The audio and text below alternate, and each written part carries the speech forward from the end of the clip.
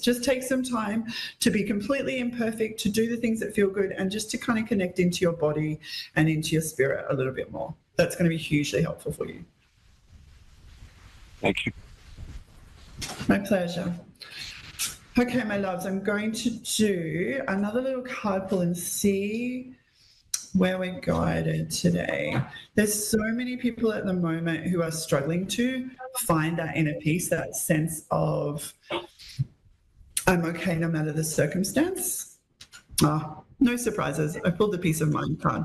Okay, if you are struggling to bring yourself back to a centered place, if the world outside you feels a little bit hectic, the world at large or your own little personal world feels a little bit hectic and you're struggling to come back to a place of center, they're asking you to ask yourself this question. Is this for me or is it not?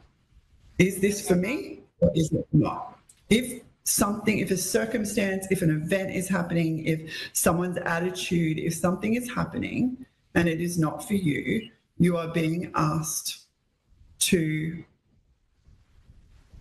check in. If it's not for you, allow yourself to come out of the overthinking, move away from it, step away from it, whether it's literally stepping away from that person or that thing, or mentally check out and bring yourself back to a centered space and know that things that are not meant for you will very quickly drain your energy and your time, and it is your responsibility to check in with your energy and time and see if it's being unnecessarily drained.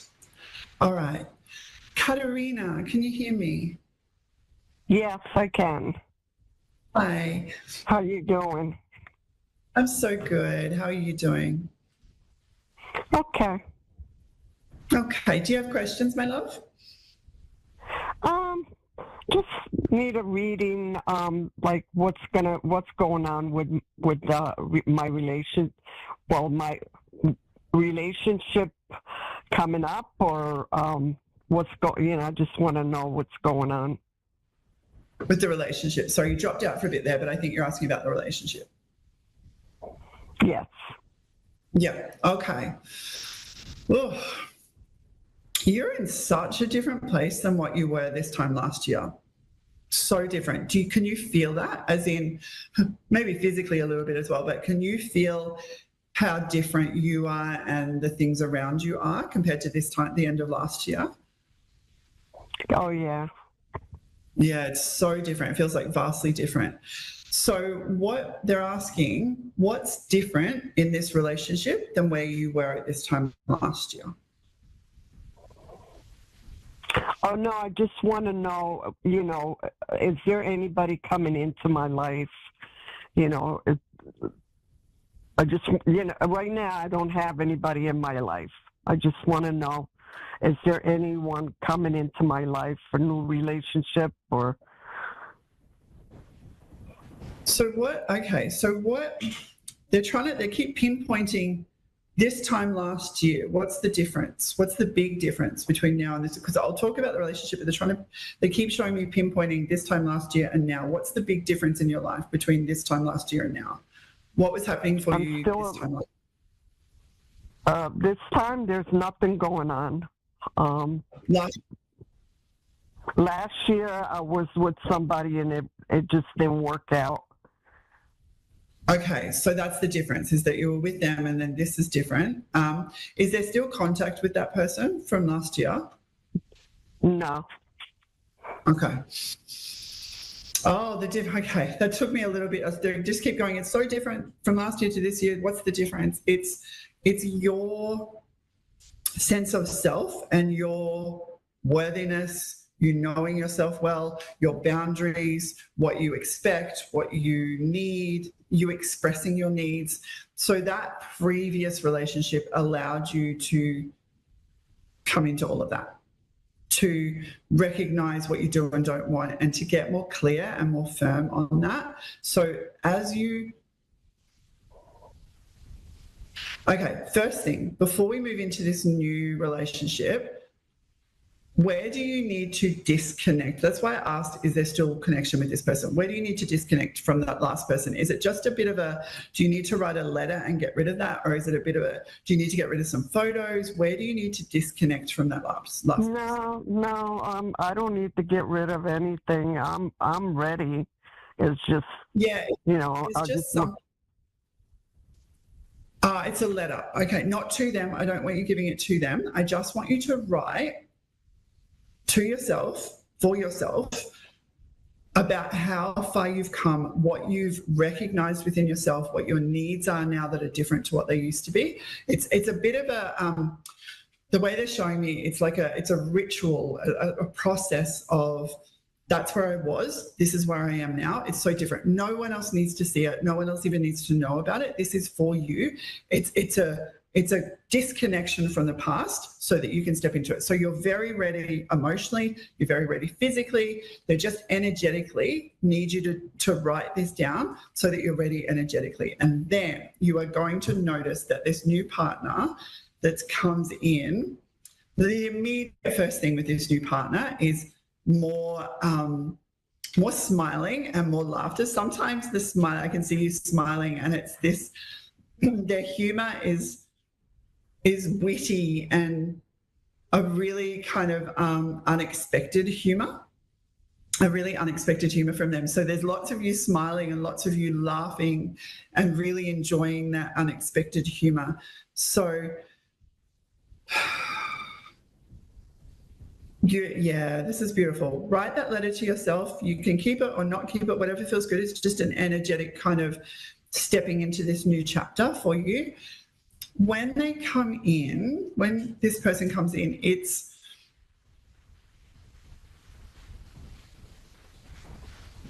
not slow burn, but it is. What I mean by that is you will know really quickly that you want to spend a lot of time with them. It's definitely not going to be, I don't mind if I just see them once a week or once a fortnight. I don't mind when I see them. You'll know that you want to spend lots of time with them, but the relationship won't rush. It won't be kind of, oh gosh, this is happening too quickly.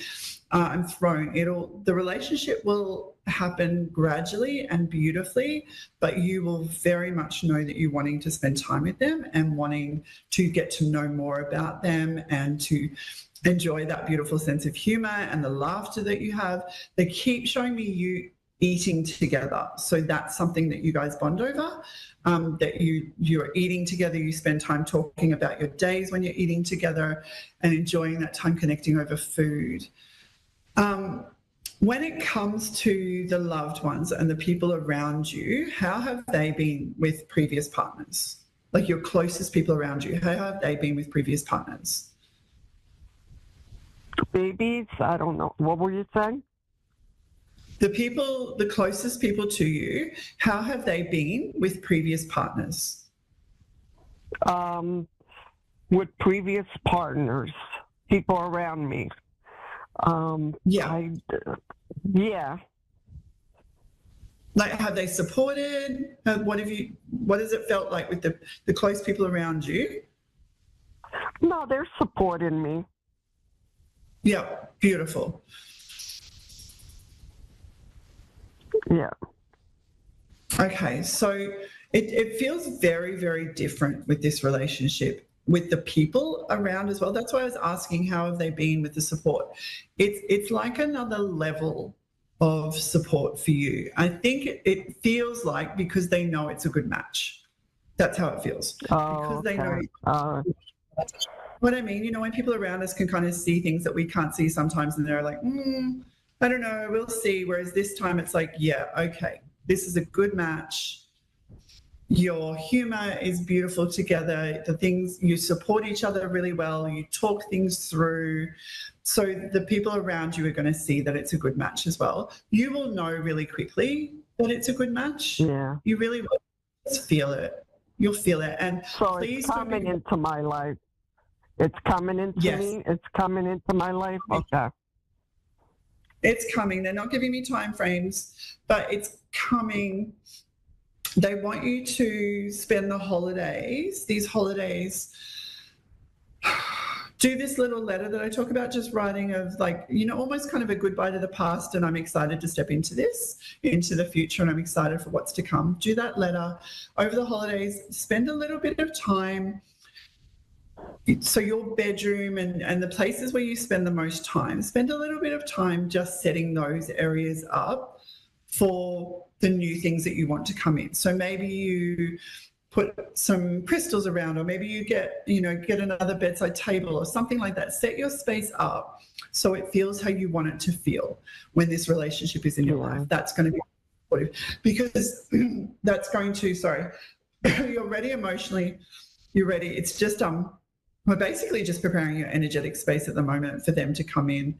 But I really, really like how easy this feels for you as it comes in. And I really like how supportive the people around you are being, because they can see that it's a good match. It makes sense, is what I'm hearing. Like, people will look at your connection and go, yeah, that makes sense. That's beautiful. I really like how they talk to each other. I really like how they do things together. That makes sense. And that's going to be amazing for you to know that other people can see that as well. Sometimes we can see it and we're worried. Other people are like, I don't know. We start to second guess, but that's not what this is. It's really, really supported by the people who love you, and very easy. Yeah. All right. Sounds I'm good. so happy. You're very ready for this. Okay. Thank you. My absolute pleasure. My pleasure. Okay, my loves. Thank you. Take care. Okay, I am being asked to share with everyone just a little around softness and compassion are the words that I'm hearing. Softening with other people, and remembering that other people are often struggling in their experiences, and where some people, and this is not excusing abusive or awful behavior. What I'm talking about is where people maybe haven't shown up in the way that you wanted them to show up, or where someone's maybe off on a whole tangent on their life and you're looking at it going, why are you making that decision? Come back here. We often personalize decisions that other people are making without taking into account that they often have a soul contract to fulfill, or they have things that they need to be getting done in their own way, and we don't know their whole experience and we don't know what's going on for them. So softening when we look at other people and the choices that we're making, softening when we look at ourselves and the choices that we've made, because if we look at our lives without that softness and without that compassion, we can get caught in loops of shame and guilt.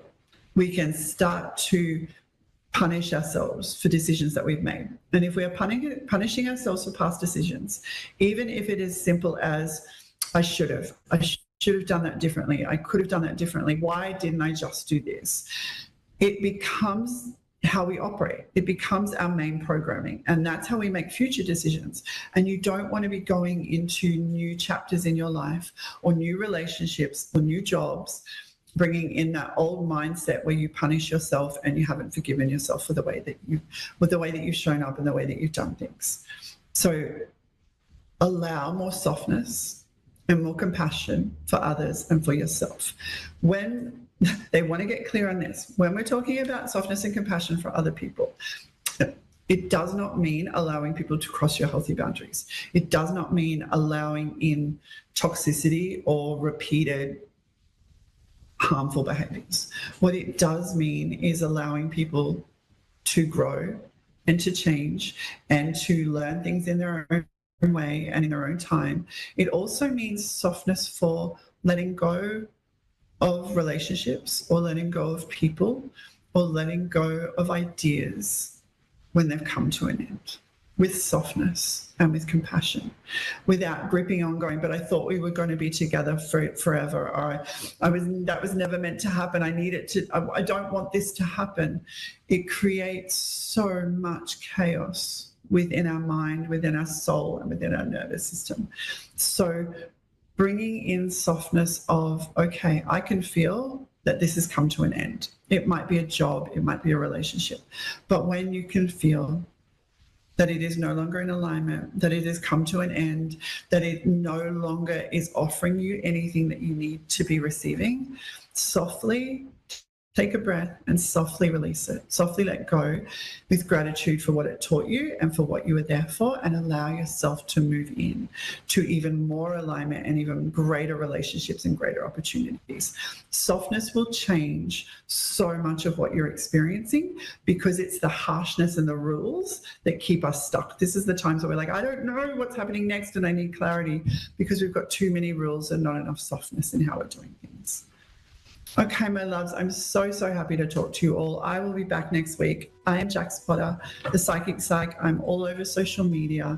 I support people all over the world in connecting with their spirit team, in understanding what's going on for them, in healing trauma, and creating your favorite life where you are no longer held captive by old ideas or things that aren't meant for you. I'm so grateful for your time, and I'm looking forward to chatting to you next week.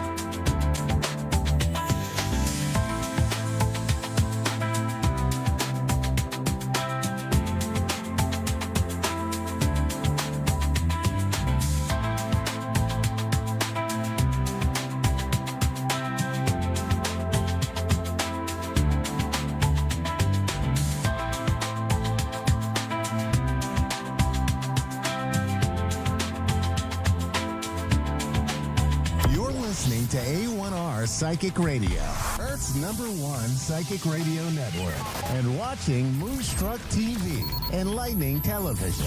Welcome. Time for Urban Monk UK with Urban Monk. Urban Monk. Live from Facebook. Search Urban Monk UK. Connect direct. In North America, dial 888-454-2751. In London, 20-3519-2158. In Sydney, dial 02-8488-3147. Or online, contact us through our Facebook page, facebook.com/psychic radio. Or one of our websites, askoneradio.com or moonstruck.tv. This is Urban Monk UK On A1R, the Ask One Radio Network.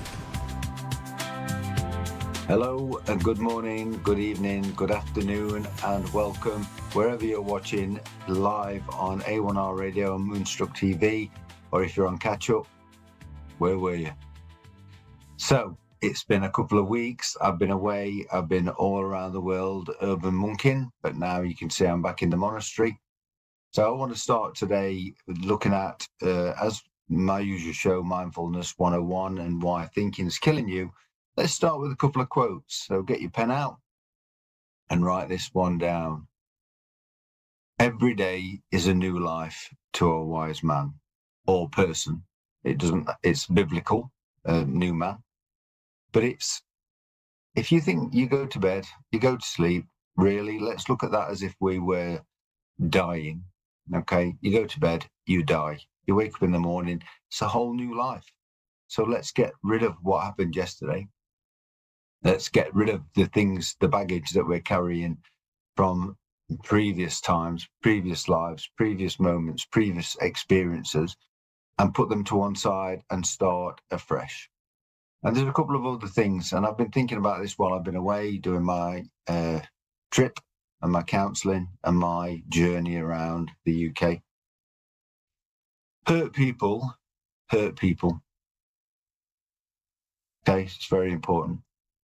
So when you come into conflict with someone else that doesn't necessarily buy into the way you think or the way you are, and starts to confront when you say something or do something that they don't appreciate or they don't like, just realize and remember they're angry at themselves, not at you. People don't do things to you, they do things for themselves. And so it's very important that we remember that if we're going to be living in the moment and being present, living now, nowism is where it's at. You've got to remember that whoever confronts you, or whoever's angry or bowls you out for whatever reason, it's not a personal thing. It's not for you to take into your heart, to carry that baggage around. It's something that they're struggling with, something that's triggered them. Maybe it's your behavior that's made them think about something that happened in the past. And interestingly, just recently, a very, very good friend of mine moved away some time ago, and things didn't quite work out. And guess what? His partner blamed him. You took me away. I could have done this. I should have done that. I followed you and you wanted me to do this, but I could have done all those other things, and I'm missing out on family and friends. And he rang me, and we spoke for quite some time. And I said to him, hurt people, you know, and people don't do things to you. They do them for themselves. And it's very important. Write it down. It's something that we need to look at and focus on and be conscious of every single day. She was upset. She was annoyed. And she took it out on the one person that she realized that she could vent her frustrations at, shall we say. And that's something that's typical of people in the modern world, you know. While I've been away, I've done a lot of counselling, and people have got all this kind of baggage and these bags of boulders that they're carrying with them. And there was a story that I tell people when I do my public speaking. You've probably all heard it, and for those of you watching or on catch up, you may not have, but if you have, I'll repeat it. If you haven't, it's going to be something that's very interesting for you. Two Chinese monks, Indian monks, whatever you want to say, two people walking across the desert, and they come across a small child by the river wanting to get across. Can you take me across the river? Can you help me get across to the other side? So one of the people, the monks, the Chinese, the Indian, whatever you want to say, picks her up and carries her across. 5 hours later, the second person that was with the first monk, if you like, why did you pick that girl up? You know we're not supposed to engage. We're not supposed to speak to people. We've taken a vow of silence. We should be carrying on and not engaging with these people. And monk number one said, I put her down 5 hours ago. So let that sink in. It's quite simple. Monk two was carrying that thought of what monk one had done that was wrong, or in his mind, incorrect. For 5 hours, he was chewing that over in his mind. Why did he do this? Kind of letting it eat into his soul or eat into his presence, where monk one had completed his journey, put the girl down, she went on her way, and he carried on and forgot about it. So that's about being present, you know, and hurt people hurt people. If you've got somebody in your life that's having a go or being rambunctious or aggressive or doesn't want to buy into what you want to do in terms of spirituality, just understand they can't help themselves. And part of my book, The Death of a Narcissist and the Best Yorkshire Puddings in the World, available on Amazon. Get it. If you haven't got it, why not? I talk about my father, and he was a very, very angry, aggressive, violent person. And he shaped the way I am via a lot of pain and anguish and turmoil. And there was a time that I could never think about forgiving him or understanding where he was coming from. But he was carrying the pain of the way he was brought up. He was carrying the pain of the way his parents were. They were very kind of cold and aloof. But my other grandparents were very warm and understanding. I didn't know my maternal grandfather. He's with me right now. But I never got to meet him. He died before I was born. But my maternal grandmother was lovely. She was very caring and very kind and very compassionate. My father's mother and father were very cold and aloof and aggressive. And I could see where he got that from, having been brought up in that kind of environment. He thought that that was the right way to be. That's how he thought it was normal, shall we say, for want of a better word. He thought that was normal. And he grew up that way. And he treated us that way. He treated us the way his mother and father had treated him. And there comes a point where you have to break that cycle, because he was carrying on with the pain from his childhood. Now, I've, from my road trip and my epiphany, realized that we can't carry those bags. We can't carry that baggage. We can't carry those traumas and anxieties or anxiousness from a previous time that we had no control over. We have to make a decision to be present and allow those things to wash over us. So if someone confronts you, someone has a problem in a relationship, your partner, your parents, your children, if they come across with that kind of, I want to do this and I'm going to do this no matter what, just understand that they're in a place that they can't really help that. They need guidance. They're carrying that baggage, the fear of tomorrow being as bad as yesterday. You know, we hang on to the past. That causes depression. We worry about the future. That brings on the anxiety. We panic that tomorrow is going to be as bad as yesterday. And I've said this many times on the show, and I'll keep saying it. That's gone. That's not happened. We need to just focus on being present, focus on the now, focus on the moment. So my friend, he got over the trials and tribulations after a few urban words and a bit of nowism, and understood that he had to empathize with his partner and understand that where she was coming from was a place of fear, a place of anxiety, a place of not really understanding. Oh, my timing's gone now. I've no idea how long I've got left. I'll have to wait for Dave. 5 minutes. Thanks, Dave. Because my clock, never mind. Anyway, why worry? If I finish, I finish. If I don't. I'm in the moment. I'm being present. Dave will tell me. And if I run over, I'm absolutely certain he'll kick me off. So going back to what I was saying, he was upset and the relationship almost came to an end because he reacted to the way she attacked him. There was two chimps fighting each other, and only one is going to end up winning. And I've said before, if there's a winner, there's got to be a loser. So we don't want to be looking towards losing. And again, not to repeat myself, but if you were two ducks in the river, or the lion hunted the gazelle, they have that fracas, bit of a flurry, then it's forgot. The ducks sail away. The gazelle that didn't get eaten just carries on eating the grass. The lion thinks, oh, well, never mind, and walks away. As humans, we grab onto that. We keep hold of that. Oh, I'm not letting her talk to me like this. I'm not letting him talk to me like that. I've given up my life for this. I've given up my life for that. She was hurt. She was upset. And she was trying to get him to understand but in a kind of chimpish sort of way. So what he had to do was acknowledge that hurt people.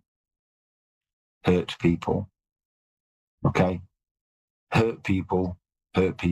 So when someone's trying to hurt you or you're feeling hurt, understand that it's coming from a place that they can't control. So you need to empathize, to open your arms, to love them, to acknowledge them, and understand that at that point, they're not enlightened enough to be able to realize that it's not really them that's angry.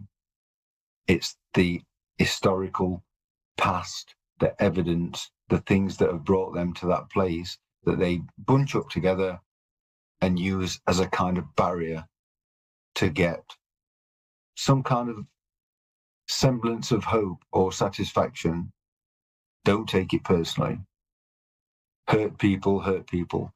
And I'll finish off because Dave's waving at me frantically. Hurt people. But remember, every day is a new life to a wise person. And with that, I'll bid you farewell. It's great to be back. I'll see you again next week. Look out for me on Urban Monk UK at Facebook and urbanmonkuk@gmail.com, and Long Road to Richmond is still around.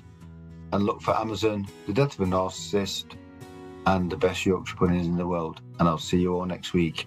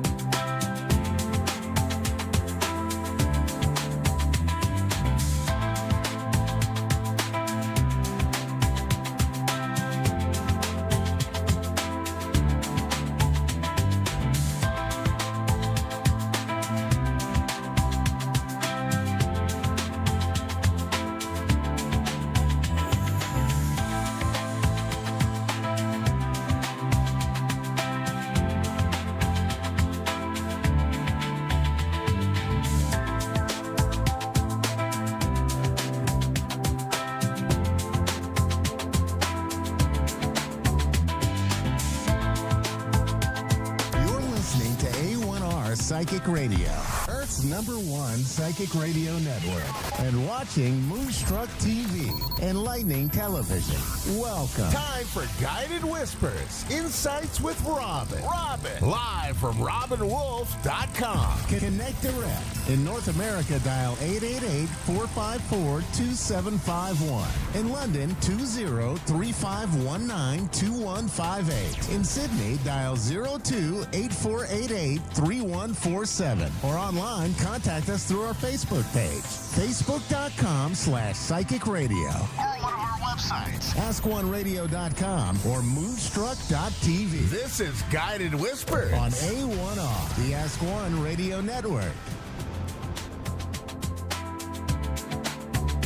Well, hello everyone. Happy Tuesday. Yes, it is Tuesday.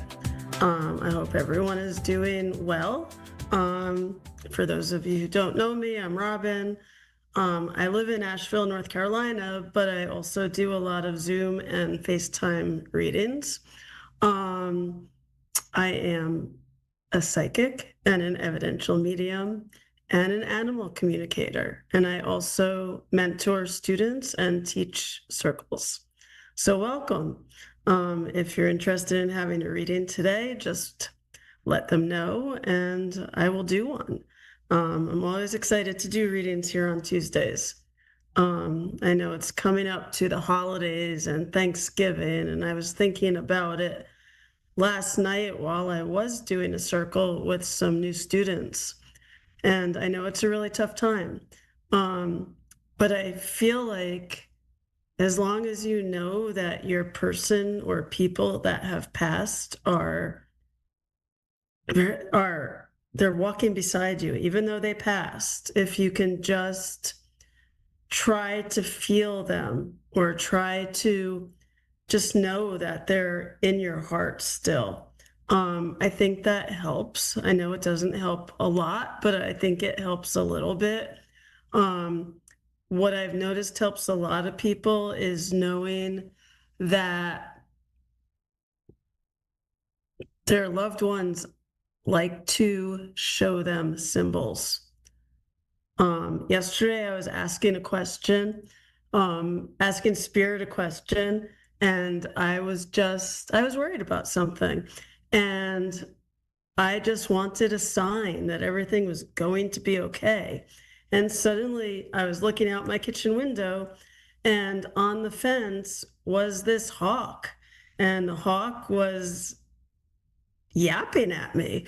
And it was just the coolest thing in the world. And at that point, I knew that everything was going to be okay. And it is. But anyway, I have Erica here in New York City. How are you today, Erica? Hi, I'm good, thank you. So I have to just say that I'm from New York City, and it is so nice to talk Oh, to someone in New York City right now. yeah. Anyway, I hope you're doing well, and Mm. what can I do for you today? Yeah, so I recently moved into actually a sober home about 2 months ago. I just finally decided to get sober and it has helped, but I feel like I I would like to be in a more positive environment. Um, I've also been out of work for a bit. I was doing belly dancing and I've done like some acting and I've been wanting to get more work in that area, like more creative work, and I'm just feeling a little stuck. Okay. So would Yeah. you like me to feel into it and Yeah. let you know what I see? And Okay. you are still in New York City, correct? Well, in the moment, I'm in Long Island. Okay, okay. Yeah.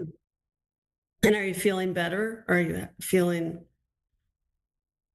I don't know. Yes. Are you getting the support Um, you need? Because I keep getting that you're not in the right place. Does that make any like sense? living wise. Yeah. Yeah. Yeah, I definitely feel mm, like it's challenging the environment, and Okay. there's not much around me. Okay. Let me see what I get, what I pick up on. I'm using a mixture of tarot Mhm. cards and my own psychic ability. So let me just Okay. feel your energy.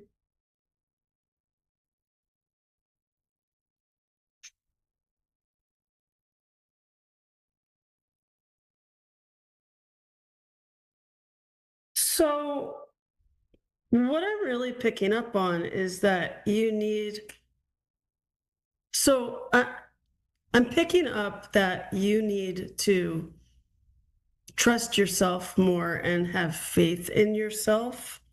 And I just keep Mhm. getting the feeling that where you are right now, you're not Mhm. getting support. And No. I feel like it's a big thing because once you can get the support you need and feel better about yourself, I feel like everything's going to fall into place. I'm not saying things Mhm. are going to happen tomorrow, but I Mhm. do see new beginnings for you. I see you Mhm. very slowly, which is not a bad thing, it's like you're putting the stakes down and building, Mhm. and Yeah. you have one more to go.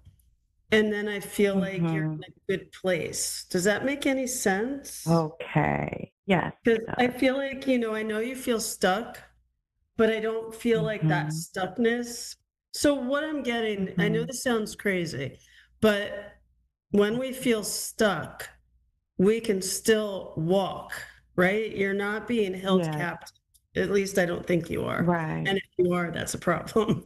But Yeah. I feel like you're not being held captive, and you are an adult and can walk away and find a place that is Mhm. more supportive. Um, Yeah. I don't know too It's much the about it. finances. Yeah, I'm More than sure. anything, it's my finances. Yeah. So I'm just getting, I don't know why, but I just keep hearing go for walks and Yeah. let the fresh air guide you. I know it's probably getting I colder in Long do. Island right now. Okay, I good. do go for walks. A Okay, few.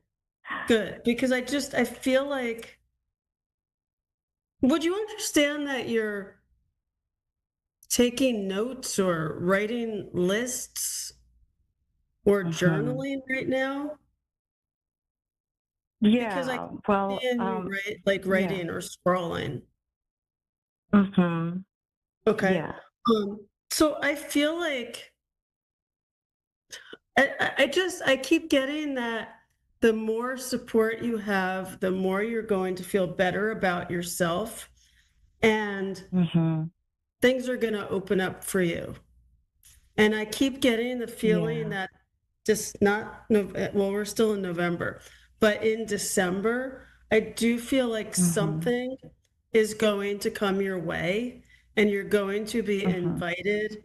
I don't feel like it's belly dancing, but I do feel like it's Mhm. something in the Mhm. acting.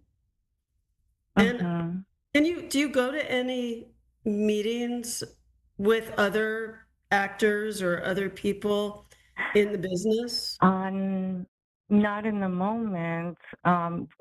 Where I'm at, there's really like not that much, you know.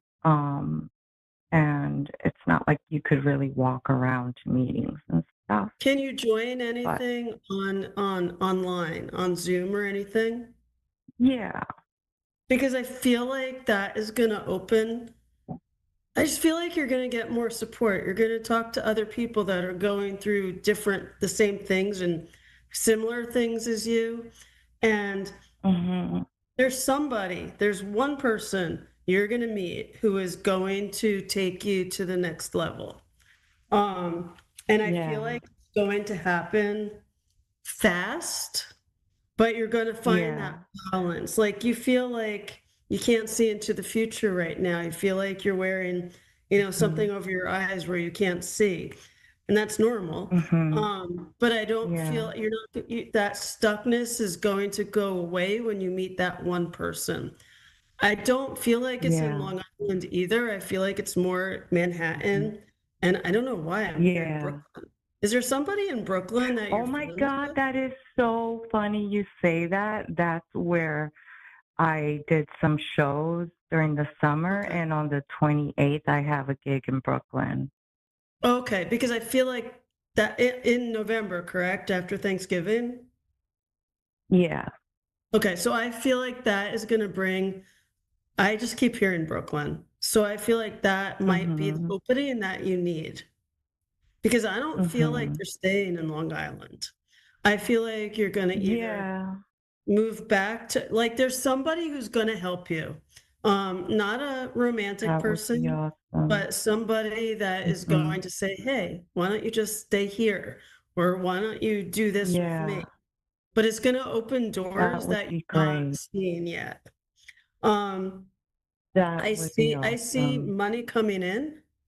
I'm getting the Mhm. number 3. I don't feel like it's 3 months. And I guess the Mhm. 28th is like 10 days from now, so it could be 3 weeks. Mhm. But I do Mhm. feel like that's going to open the door, and other doors Yeah. are going to open. I'm That still would be getting great. write things down because I feel like you have a story to Yeah. tell. This is going to sound Yes. crazy. Don't laugh at me, but I feel like you might do a one-woman show about you. I've thought about it. Okay. Don't just think about it, because I feel like this could be really Yeah. good for you. And I feel like it is going to Yeah. happen. You I'm have a so story to on. tell, and you're a very strong Yes. woman. Like mentally, physically, you're strong. Yeah. And trust your instincts and trust yourself, because you're good. Does that make sense? Thank you. Yeah. Yeah. I mean, Definitely. I just don't think one person or a group of people, don't let them, I know they're not, but if one person says something and it really gets into your head, it's not healthy for you. And what's one person's opinion of you where you are right now, right? You're good at what you do.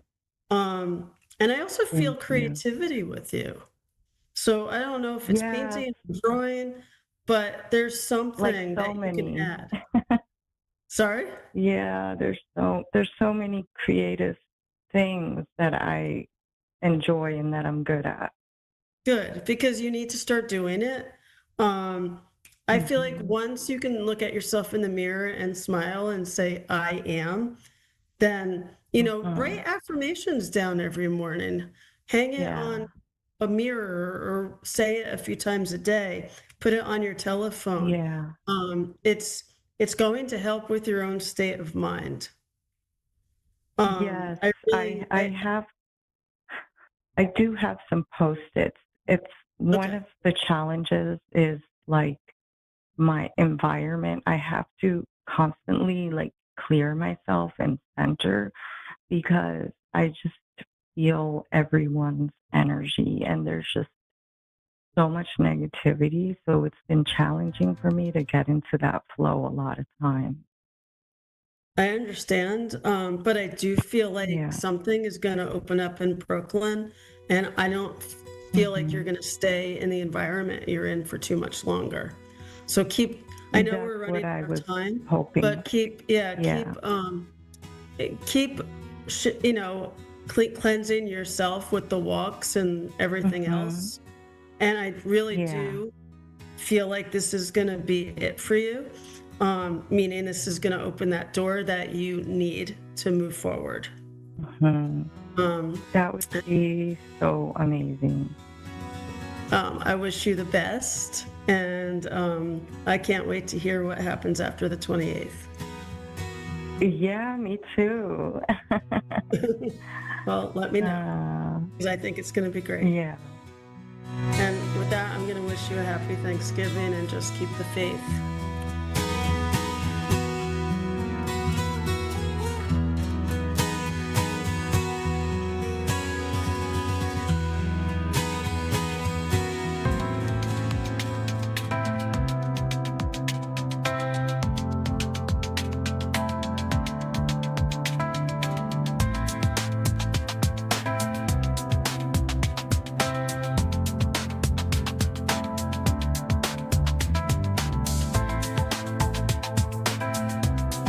You're listening to A1R Psychic Radio, Earth's #1 psychic radio network, and watching Moonstruck TV, enlightening television.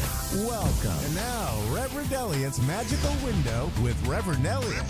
Live from magic-works.com. Connect direct. In North America, dial 888-454-2751. In London, 20-3519-2158. In Sydney, dial 02-8488-3147. Or online, contact us through our Facebook page, facebook.com/psychic radio. Or one of our websites, askoneradio.com or moonstruck.tv. This is Reverend Elliot's Magical Window on A1R, the Ask One Radio Network.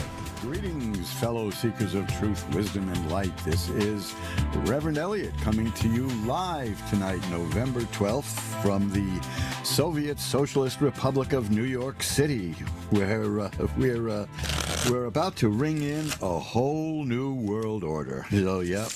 And of course, the fact that the new mayor has already gone back on half of his promises is kind of an indication that things didn't really work out the way he wanted to.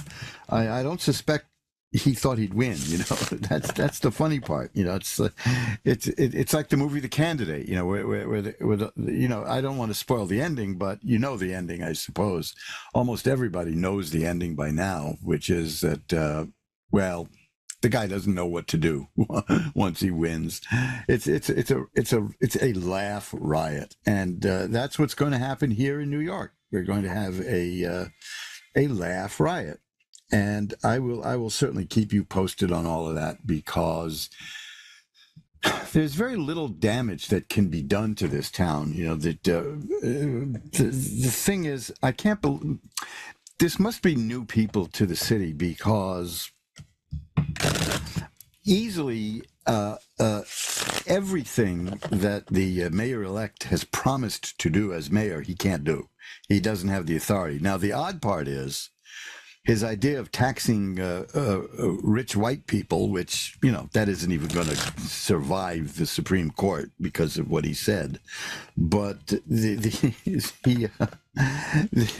thing is, he was in the state legislature, where he did have the ability to introduce taxation laws. The mayor of New York only has this is a little inside baseball-y, but the mayor of New York only has control of one tax, and that is the real estate tax. And nobody pays the real estate. No. Let me put it this way: no building owner pays the real estate tax. The real estate tax is passed on all the time. If you notice that you look in most New York City apartment buildings, there's a store. There's generally retail space. They pay the real estate tax. It's in their lease that it gets passed on to them. It's remarkably ignorant to think that the real estate tax is going to be paid by the real estate people, because they control the real estate stuff, and they just choose not to pay the tax. And it's in the code, it's in the law, that the real estate tax gets passed along to the businesses in the residential buildings. So there goes that. A rent freeze, it isn't going to work, because even if he did have the ability to do that, there's a little glitch in the law that guarantees all rent stabilized and rent controlled apartments in New York a 7.5% profit margin, which, if you're familiar with business, is a profit margin that anyone would kill for. And they are guaranteed a 7.5% profit margin. If they don't make that profit margin, the state has to give them a rent increase, which, of course, there goes your rent freeze. So I'm for one, as a lifelong New Yorker who was a journalist for 20 years on my own. I was in the news business before that too, but I was running my own newspaper for 20 years. That I find this amusing, because I'm not even sure this guy's going to last a full term. So let's see what happens. It's kind of funny. I think the main thing is, New York once had a bookie joint. Okay, New York City was once a bookie. You could bet off the track. You could place pari-mutuel bets through a thing called off-track betting, and they went broke. Now, if you can't run a profitable bookie joint, you're not going to run a profitable supermarket. Let me put it that way. It's just not going to be done. That's the beauty of it. Not many people know this, but there is a way. Well, let me put it this way. This will destroy any supermarket. Okay, if they have nothing but list shoppers. Supermarkets depend upon impulse purchases. A certain percentage of list shoppers who go into a supermarket and then stick to that list will break a supermarket. They'll destroy it. They'll wipe it out. It's one of those little known facts. And I, of course, I once had the great good luck to meet a supermarket expert who really opened my eyes up with that. I asked him what the most important thing to do in a supermarket is. He says, if you've never been in the supermarket before, there's one thing you really must do, and that's look for the exits. Because the cash registers are designed to keep people from leaving. And if you don't know where the exits are and there's an emergency, you're in big trouble. Now, there you go. That's Reverend Elliott's tasty tip for the day. The cash registers all funnel to the exit, and there are lines there, and they're blocked off. So please do that. I mean, if you go into a supermarket you don't know, and if you do, you're probably up to no good anyway. So, right, for your comparative shopping, I know I'm just being facetious, but please look for where the emergency exits are, or ask somebody, because if there is an emergency, forget it. It's going to be a panic to get out. Everyone's going to be headed to the cash registers. Now, I'm back. I missed a couple of shows, at least a couple, didn't I? Yeah, I missed the last show I did was at the end of October. So, yeah, I missed 2 shows. I had a dire emergency, which is that my instant audience broke. That thing. Well, I fixed it and it's back. And then, of course, I bought a backup one, by the way. I'm always redundant. And I also spent a couple of days in the hospital, which in New York is quite an experience, because there are no hospital rooms in New York. Ever since we got flooded with special visitors, I'm not gonna turn this into a political polemic, but they have flooded the hospitals to get free medical coverage, which they will get. If they show up with a runny nose, they will go to the ER, and then if there's a room, they'll get the room. It's first come, first serve for these rooms. But I spent 2 days in the hospital without getting a room. I ended up. The funny part is they thought I had a room. How they thought that is beyond me. They asked me what I was doing there when I was on the 9th floor, and I was never on the 9th floor. These kind of things do not inspire confidence in hospitals. If they don't know, if they see you lying in a bed in the emergency room, and they say, "What are you doing here?" That's that's a problem, wouldn't you say? I think it is. So I'm back now. I spent a few strained days in the hospital, and it was just lightheadedness and dizziness and weakness. And I told them that was going to happen, but the doctors didn't quite believe me. And there you were. I'm very nice. I had a very nice cab driver on the way over who decided to give me a discount on the rate, and I was in no position to argue. I accepted the discount. And let's see what happened. The only thing that happened was that I missed a delivery of books. The 10 lost books of the prophets have been selling out. And I mean, I don't understand. I mean, I get that they're interesting books, and I knew that they would be, or I wouldn't have spent a year restoring them digitally, but I certainly didn't expect them to be that popular. So I bought some more. I was all out of them, and I got some more from the printer. I wasn't here to receive them, but there are other things that arrived. This I showed once before. I got more of these now, which is a really wonderful book.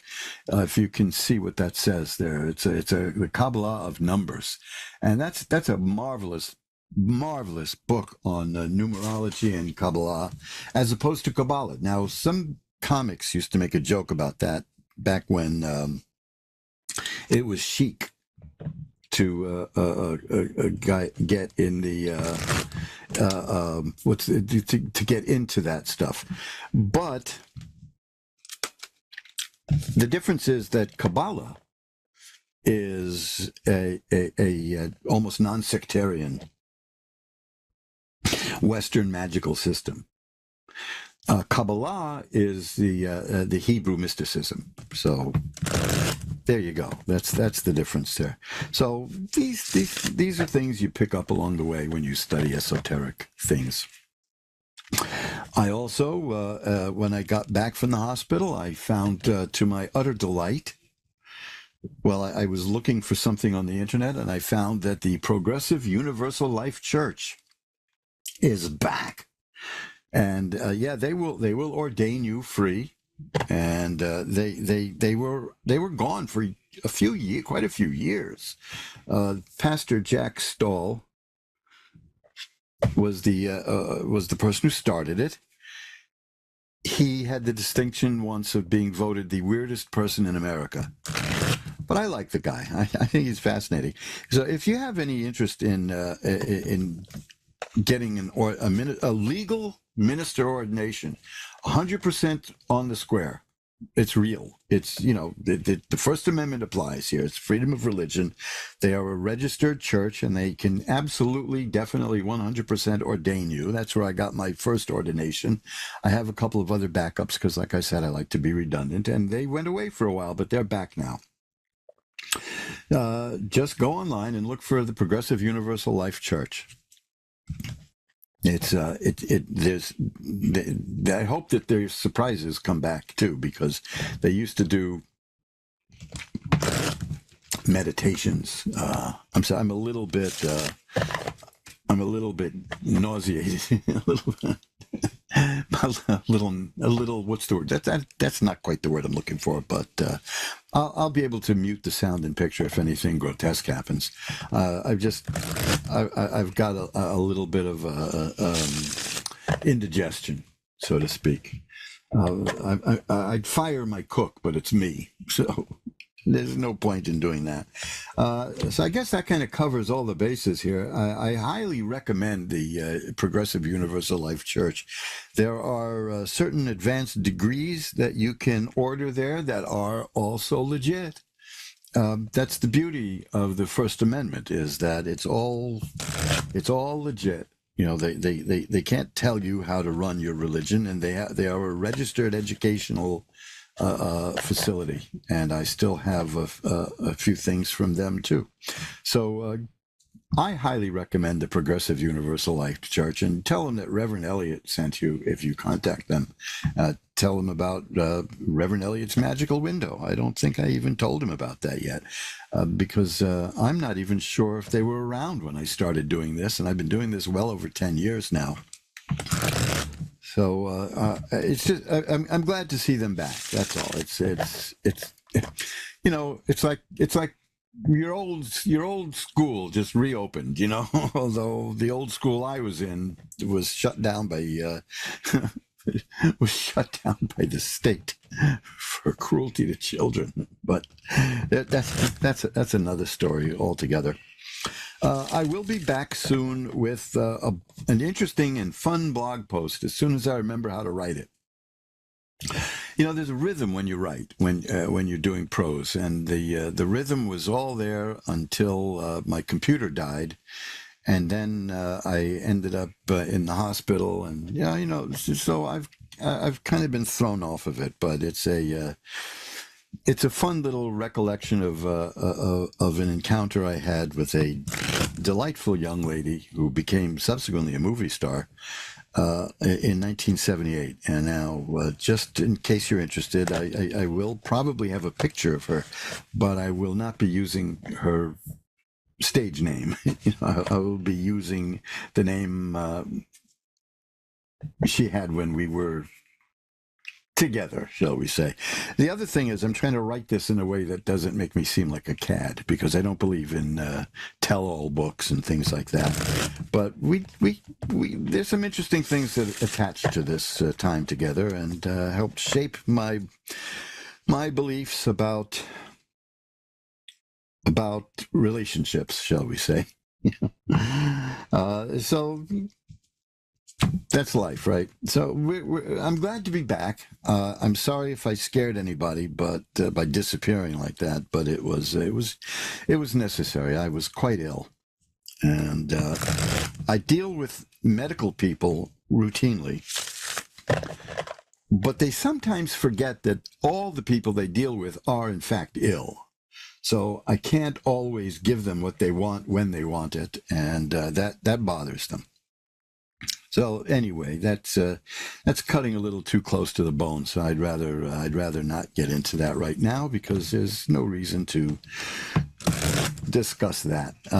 I will certainly put up an announcement when the 10 Lost Books of the Prophets come back. And if you don't know what I'm talking about, go to 10lostbooksoftheprophets.com and you will see what's there. Now, what else is new? Nothing's. I haven't made any new soap because I haven't really promoted the soaps lately. What with being ill, being at death's door, I let it be. But if for those of you who are interested, I still have my shaving soaps, and I list the ingredients there. You see, but the shaving soaps are wonderful. They come in a container, and look how beautiful and pure and clear they are. I mean, come on, that's gorgeous. And I have menthol and plain, and then a shaving soap for the ladies. There's nothing nicer than a good lubricating shaving soap so you don't cut your legs up for the ladies. Now, let me tell you this. This is something I didn't expect. I seriously didn't expect this. Because I shave with a straight razor and I shave with a good old-fashioned safety razor, and I mean an old one. And I have, since I started making my own shaving soap, I have not nicked or cut myself once. Not once. This is a beautifully lubricating shaving soap, and that's what it's for. The two things that a shaving soap is supposed to do is well, shave you without killing you. You don't want to be exsanguinated. Let me put it that way. And the other thing is that it should be smooth and refreshing. Now, there's a mistake that many people make about shaving. Almost every man who shaves makes this mistake. See,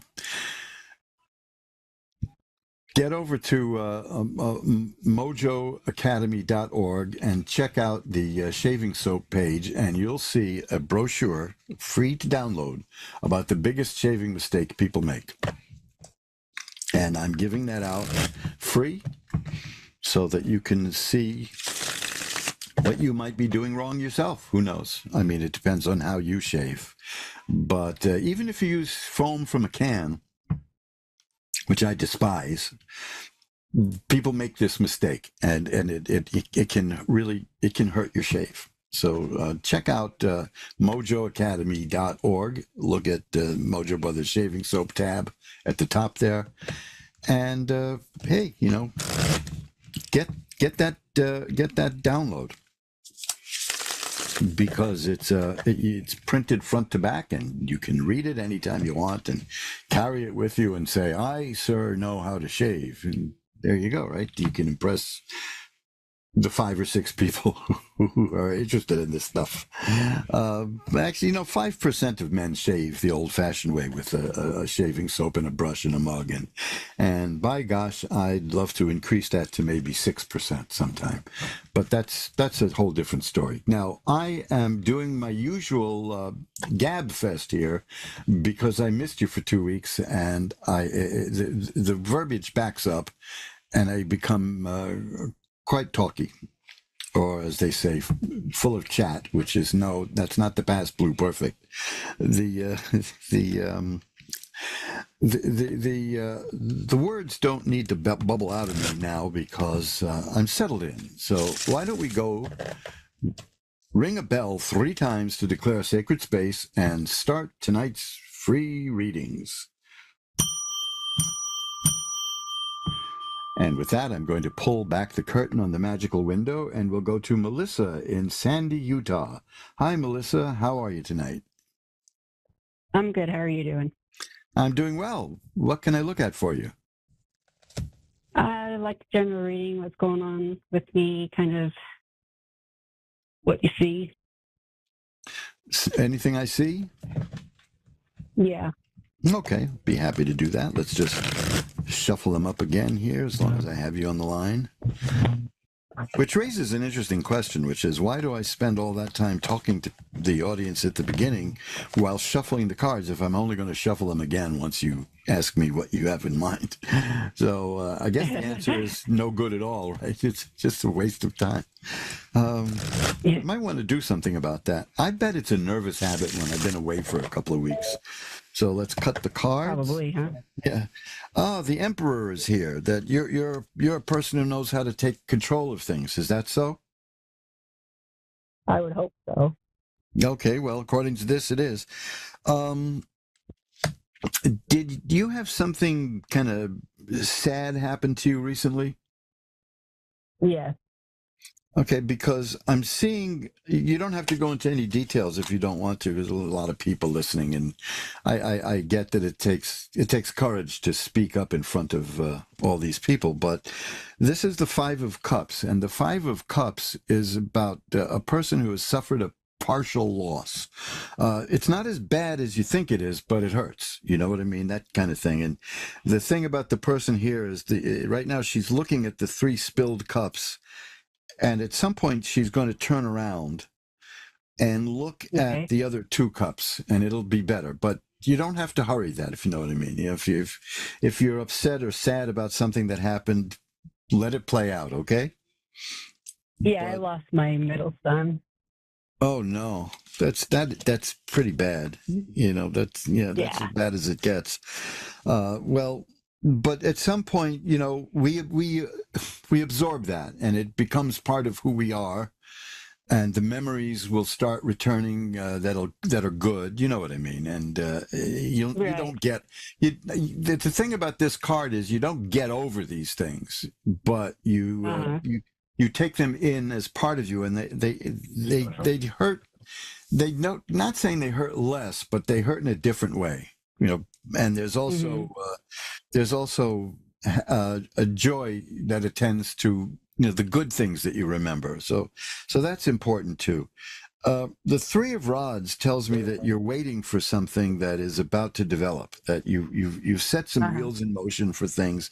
Do you have any plans that you've put in motion? Because this card says they're going to come back and pay off. Okay. I'm trying to think. Well, you know, if I can think of.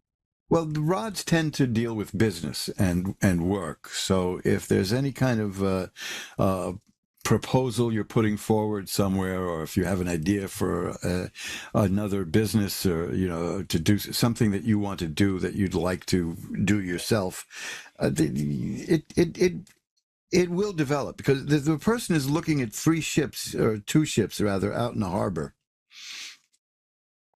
And the implication is that they're going to come back laden with goods. So you whatever plans you have or you're going to make, it's going to be good for you. In fact, the next card is the Page of Coins, which is the appearance of money in your life. So it looks to me like there are certain things that you may be planning on, or you may make plans for in the near future, that are going to pay off very well for you. That's also the Two of Rods here, which is prior to the Three of Rods.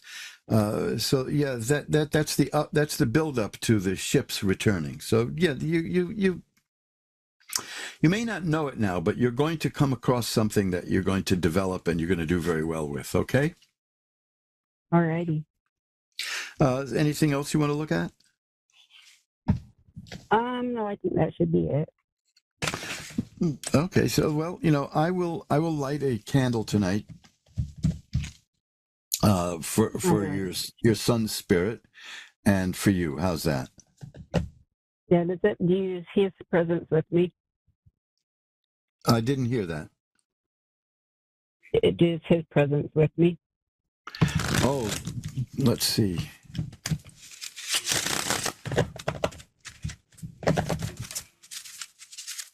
Well, this is fascinating. When somebody asks me a question about a departed spirit, there are certain cards I look for, and that's one of the cards, the death card. So yes, I would say that the spirit is there because that card just showed up like a shot as soon as you asked me that. So yes, I'm going to take that as a confirmation that the spirit is around you. Okay. Alrighty, thank you so much. Well, I'm not going to say my pleasure because it's sad, Right. but I'm honored that you chose to ask me. Okay. Well, I really appreciate you and your time. Well, thank you so much. I appreciate it. Bye now. Thank you. Bye. And let's shuffle them up. You're listening to Reverend Elliot, the bane of hospitals all around. I was in the hospital a year ago, actually, so I managed to avoid those places for a year, and they paid me a backhanded compliment. They said, well, at least we know you're not a passive patient. And I said, that's why I'm a live patient. They wanted to do something which, well, while it probably wouldn't have killed me, it wouldn't have done me a hell of a lot of good. Let's put it that way. So, I believe in taking full charge and responsibility of my medical condition while yielding specific decisions to the doctors. I'm certainly not going to prescribe medicine for me, but if they give me a prescription for a medication that I know I cannot have, they're going to hear from me. That's for sure. Hospitals are such strange places. And you know something? This particular hospital, though, has good food.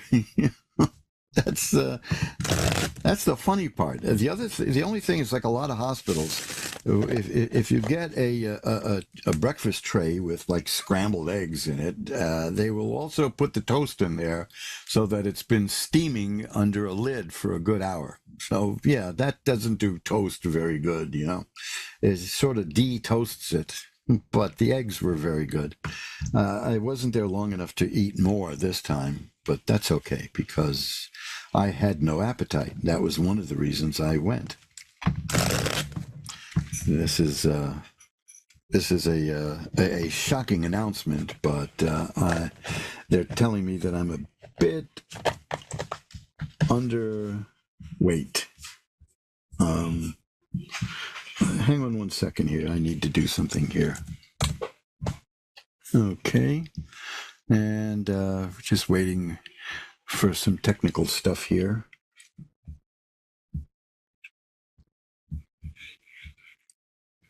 Okay. Have we gotten Tana back? No. I've got a weird message here, which I thought was coming from the producer, but it's not. It's from the system, which for some reason wants to know who can see my messages, and the answer is me.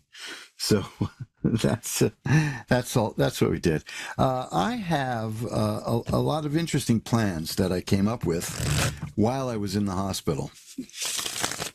Probably the most ridiculous of these interesting plans.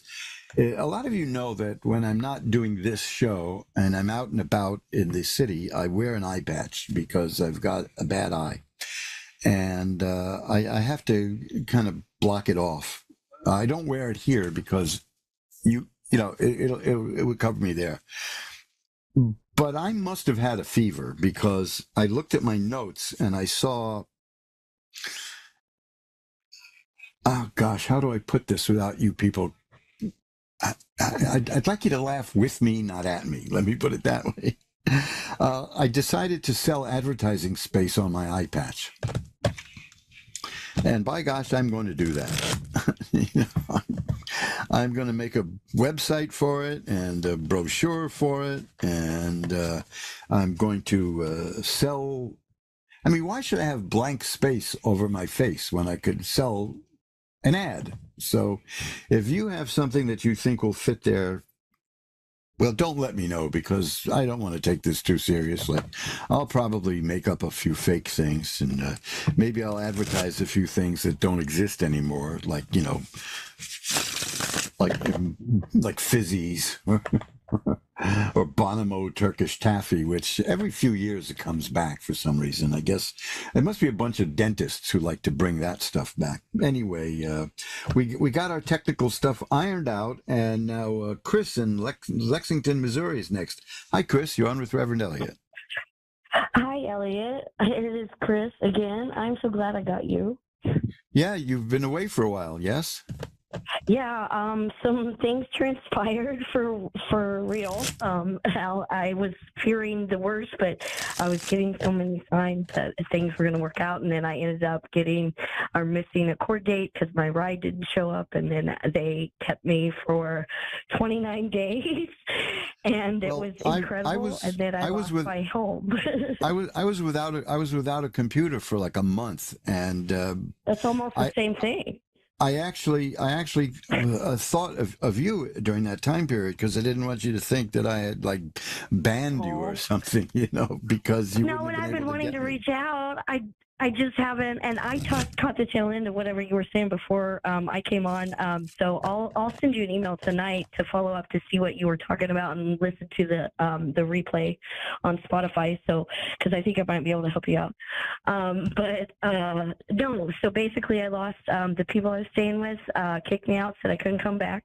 Had my dog until I was able to find a place. I ended up in a motel with some churches that helped me out. I ended up in Lexington, which was about 40 minutes away from where I was staying, but even further away from anybody I knew. And walking to and from the places I needed to go, I met a man, and it was like all the little things lined up. And he, on day 2, moved me in, and my dog, he went and got my stuff and my dog. But here we are with 2 dogs, 2 cats, and we're thinking about moving to Corpus Christi. And I'm just hoping that we can work through a lot of stuff because we went head first, and we both have been through a lot severally to have found each other, but I know that it's right. I'm having trouble with my body and my trauma being able to function because I'm in more pain than I've ever been. And then I'm now lined up with my doctors again. He's bringing me to places like that, but it's still going to take time to even get the injections for the pain before the surgeries and stuff. However, we're just kind of tripping up without the honeymoon, period. There was not one. So I once had a doctor who said that all the troubles we have with pain is because human beings are not meant to live past the age of 24. And of course, yeah, I think that was when it was good. Still. One of the first things I did to handle that kind of situation was I got a new doctor. So I don't need to hear that kind of stuff. No. I know. I was going to say, I am the ones that say we can still fix it, and that's kind of the plan that I'm going with because I'm not done. Yeah, well, they can do an awful lot of good stuff. But I'm going to build it back better. I'm on the build back better plan, but I think I'm on the other side finally. And with this person that came into my life and let me into his, we're kind of tripping each other up right now. Well, let me tell you, this is a card I got here for you, which is a person who gets rid of obstacles. It's a person who can face the obstacles and get them out of the way. That's the 7 of Rods. So that's you. The other one is... I got that a week ago, yeah.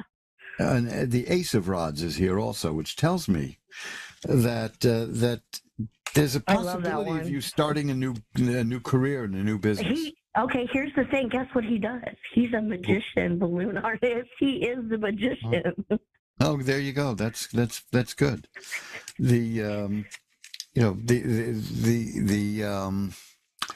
There could be room for you there because it looks like, this is the thing. This is the 3 of Cups. This is good stuff is coming to you through people you know. Okay? Emotionally fulfilling and satisfying things are going to come to you through people you know.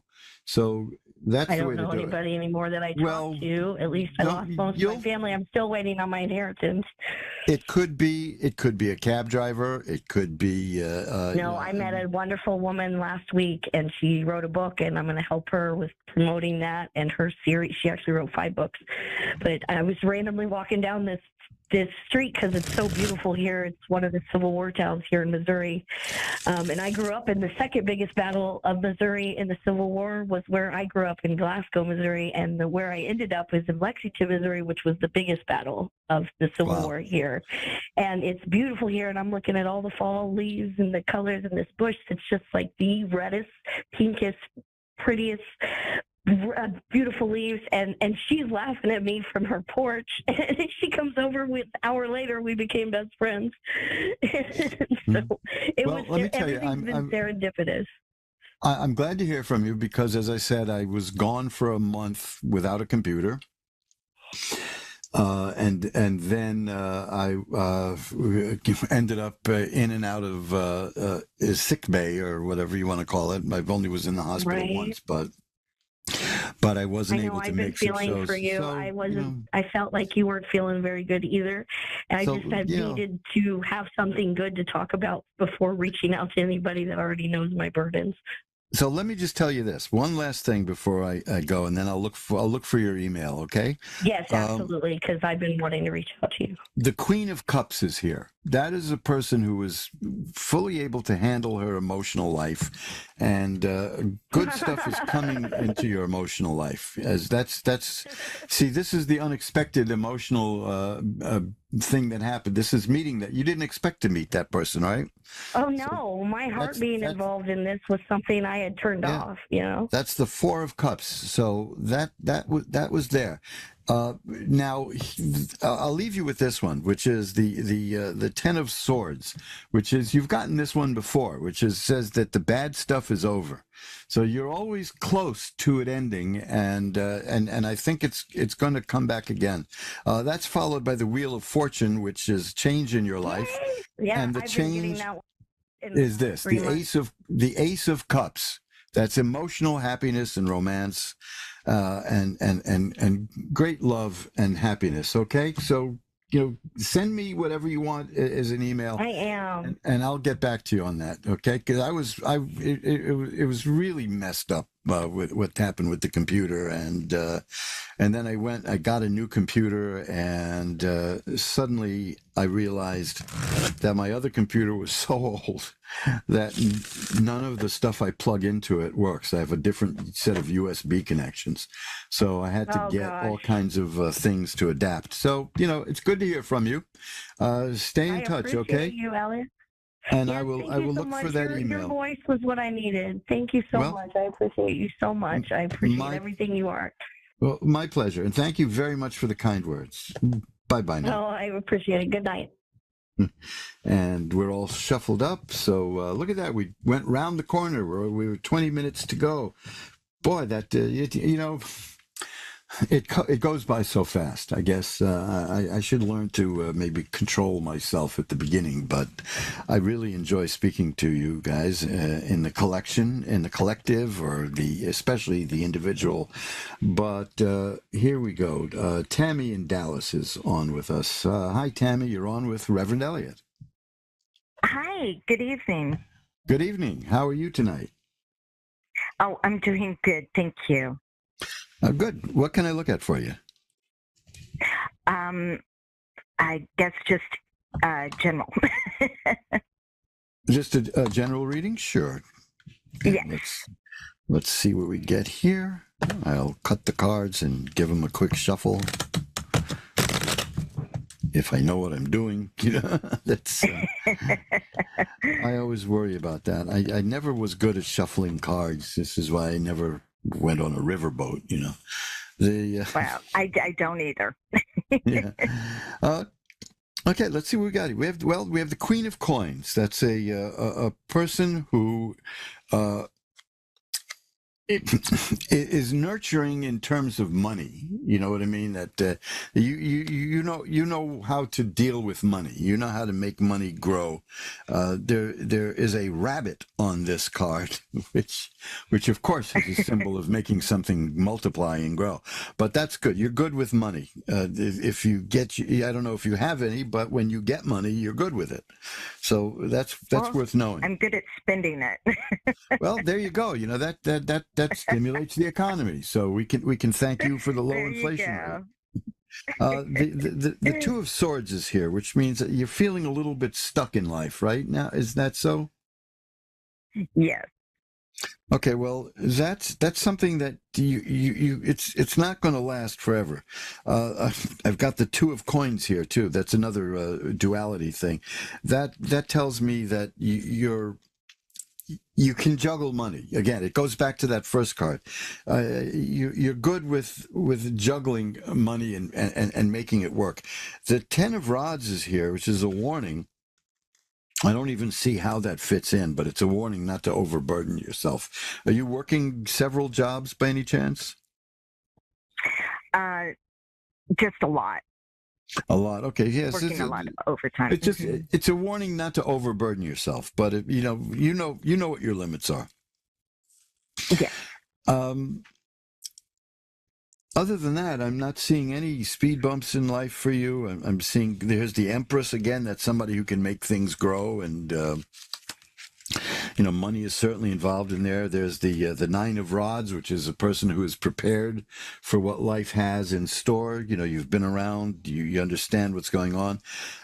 There may be a new level of emotional attachment in your life coming. This is the Ace of Cups. That's the beginning of something new emotionally. If you're in a relationship now, it could mean the relationship will hit a new level, or if you're not in one, that means something's coming. But that follows the Ten of Swords, which is the card that says the worst in life is over. It's one of my favorite cards. It's pretty ugly looking, but it's a good card. It shows the person lying face down in the mud with 10 swords in her back. But you're going to get up. That's what that means. So it's mistaken for death by a lot of people, but that is absolutely not what that card means at all. So you're headed towards a period of change, but it's going to be change for the better. Okay? Oh, that's nice to hear, because it's been kind of rough. That feeling of being stuck, which was the Two of Swords, don't let that get to you, because it's not going to last. It's just not.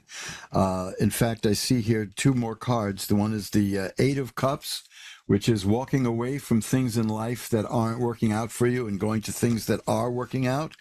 And the Ten of Cups, which is perfected happiness and joy and a happy home and all kinds of everything good you can think of. It's probably the most positive card in the deck. So this is just what you're going through now, which is feeling kind of stuck and not getting anywhere. That's just a speed bump in your life. That's not going to define the next year for you. That's for sure. Take that as a look. Take that as a look into next year. Again, the High Priestess is here. That's another wonderful card. That's a person with what's the word I'm looking for? Esoteric abilities, magical ability, spiritual ability. That's the word I'm looking for, and that's. That's you. That's you, and you're going to develop that, and you're going to do very well with it. The Four of Rods is another card of great happiness. So you're going to have a very good year next year. Oh, and it should be starting this year. It should be starting this year, though. I'm looking right at the crossover. So things will be fine for you. Okay. Oh, wonderful! Thank you. My pleasure. Thanks for calling. Hope to hear from you again sometime. Thank you so much. Bye-bye now. And let's see if we can squeeze in another call for Virginia in Simpsonville, South Carolina. Hi, you're on with Reverend Elliot. Hi, how are you? I'm doing well. How are you tonight? I am tired. That's it, though. Well, maybe we can perk you up a little. What can I look at for you? Well, I am continuously having some family issues, but I didn't know, if there was a medium reading. I don't know how, whatever you want. Exactly. Whatever you want, I'll look in the cards. Okay. Thank you. So what would you like? I was hoping for a medium reading. Sure. To try to connect with my sister. Okay, let's see what we get here. There are certain cards that I look for when that happens, and let's see if they show up. And if there's a message after that. Okay, and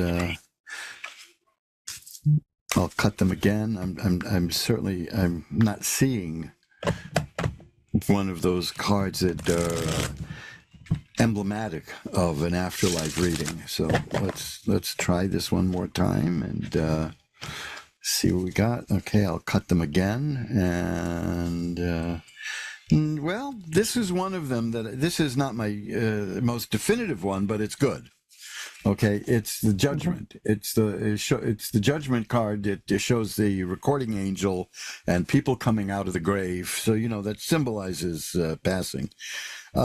Let's see what we've got here. Okay, and well, the Devil card is here. That's nothing to be afraid of. That's not like Satan or anything. In tarot, it refers to a very attractive, powerful person who is charming. Does that in any way describe the person you want to look at? Yeah, possibly. So the Devil card that they're turning, what does that mean exactly? Pardon? What does the Devil card mean exactly? It's a very powerful personality. It's a person who is commanding, who is very attractive. Oh, yeah. And it's somebody you can. It's somebody who may be a little bit on the controlling side, but it's not like evil. The thing is that the person is so charming and so persuasive that you may end up losing yourself a little bit. But it's not like evilness. So does that describe the person you want to look at? It does. And I'm sorry, I've never had the Devil card pulled before, so I had no idea what it meant. I appreciate that. Okay, yeah, because it's too many horror movies have made many of these cards scary for people, and like the Death card. I keep talking about the movie, which I like, by the way, but it's crazy. Dr. Terror's House of Horrors, where they make up they make up tarot cards like the sunken boat. But they try to scare the hell out of people that way, and they do it. Everybody who gets a reading in that movie dies. So, no, the Devil card and the Death card are not scary cards. The World is the next card. The World is a card of great happiness and joy, which is kind of way these readings go. All right. The person you want to communicate with is doing well, is doing okay, and is growing as a person. The Justice card is here. That tells me that there was justice that this person was deprived of in life, but is getting it now in the next level of existence. Now, this is a card I almost always get, which is the Nine of Swords. That's a card of sadness. This person is still carrying some sadness about leaving. I mean, let's face it, why not, right? Did this happen recently? Right. Did this person pass? No, it's been about 6 years or more. Okay, well, so about 5.5. Well, there's still some sadness there, but there's the Nine of Coins there is a form of happiness in solitude. So the person understands that dying and moving from one plane of existence to the other causes sadness, and he still feels some of that sadness. But overall, the message I'm getting is that I'm happy, I'm growing, I'm doing well. Let me cut the cards one more time and see if we get something more definitive. Because it always startles me that the cards tend to work like that all the time. And we'll cut the deck, and it's the Justice card again. So there was some kind of an injustice that happened, and he's glad it's being worked out. Let me put it that way. The Ace of Cups is here, which is that emotionally the spirit is doing very, very well. Okay, so that's the message. Okay. Well, I really appreciate that. I've only got a couple of minutes left, but that's that's it. The only other card I got here is the Ten of Swords, which is that the spirits. That's when the troubles, the bad stuff in life is over. So this is par for the course with these readings. Somebody who may have had a troubled life, and everything is working out much nicer now. Okay.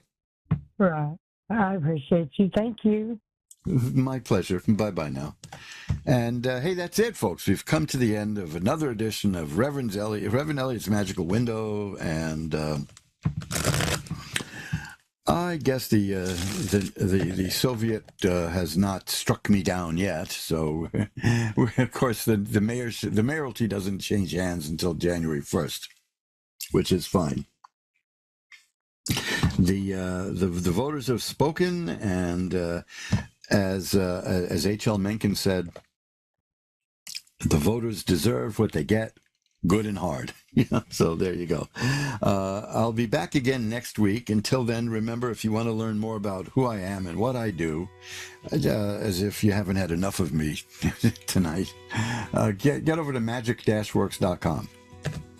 That's magic-works.com, and you'll see over 100 pages there with movies and books and things to download free and stuff to read all about magical work, and it's a good site. I enjoy it myself, even though I'm the one who made the site, but I got carried away, I think, and I put an awful lot of stuff there because I like it. Sometimes I see in the stats that there are people who spend a day looking through it, and I appreciate that, and I thank them for that, because there's no paywalls. There's nothing you got to pay me to see. That's one thing. I'm not going to ask you for money. Financially, I'm pretty well set, so I have no reason to squeeze more money out of you. And in fact, if you want a personal tarot reading, you can go to my page there at magic-works.com, or look at the homepage, and you'll see that I've cut the cost of my readings in half,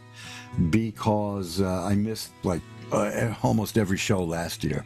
So I've missed more than I wanted to this year, but I think I have a pretty good record for this year.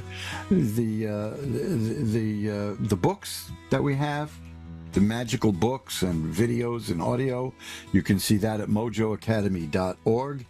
And that's a smaller site, but it's not as dense, and it's fun.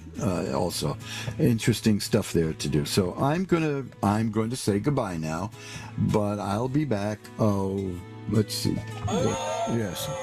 See, that's the audience begging me to stay, right? That's in my dreams. So I will see you again next week at 11 Eastern, 10 Central, 9 Mountain, and 8 Pacific for another installment of Reverend Elliot's Magical Window. And I will try to be a little less wordy at the beginning, and maybe we'll get in some more time doing the readings. Bye-bye now. Every generation has a voice that cuts through the noise, a truth teller who reminds us what we've forgotten. Christina Elliott isn't just another psychic. She's the woman redefining awakening itself. Through her show, Instinct Reclaimed, Sanctuary Sessions, broadcasting live Thursdays at 5:30 Pacific, 6:30 Mountain, 7:30 Central, and 8:30 U.S. Eastern Time on A1R Psychic Radio and Moonstruck TV. She takes you beyond prediction into transformation. This is where illusion ends, where instinct rises, and where your soul remembers its unique power. Visit ChristinaElliott.org. Because you weren't born to survive the story, you were born to rewrite it.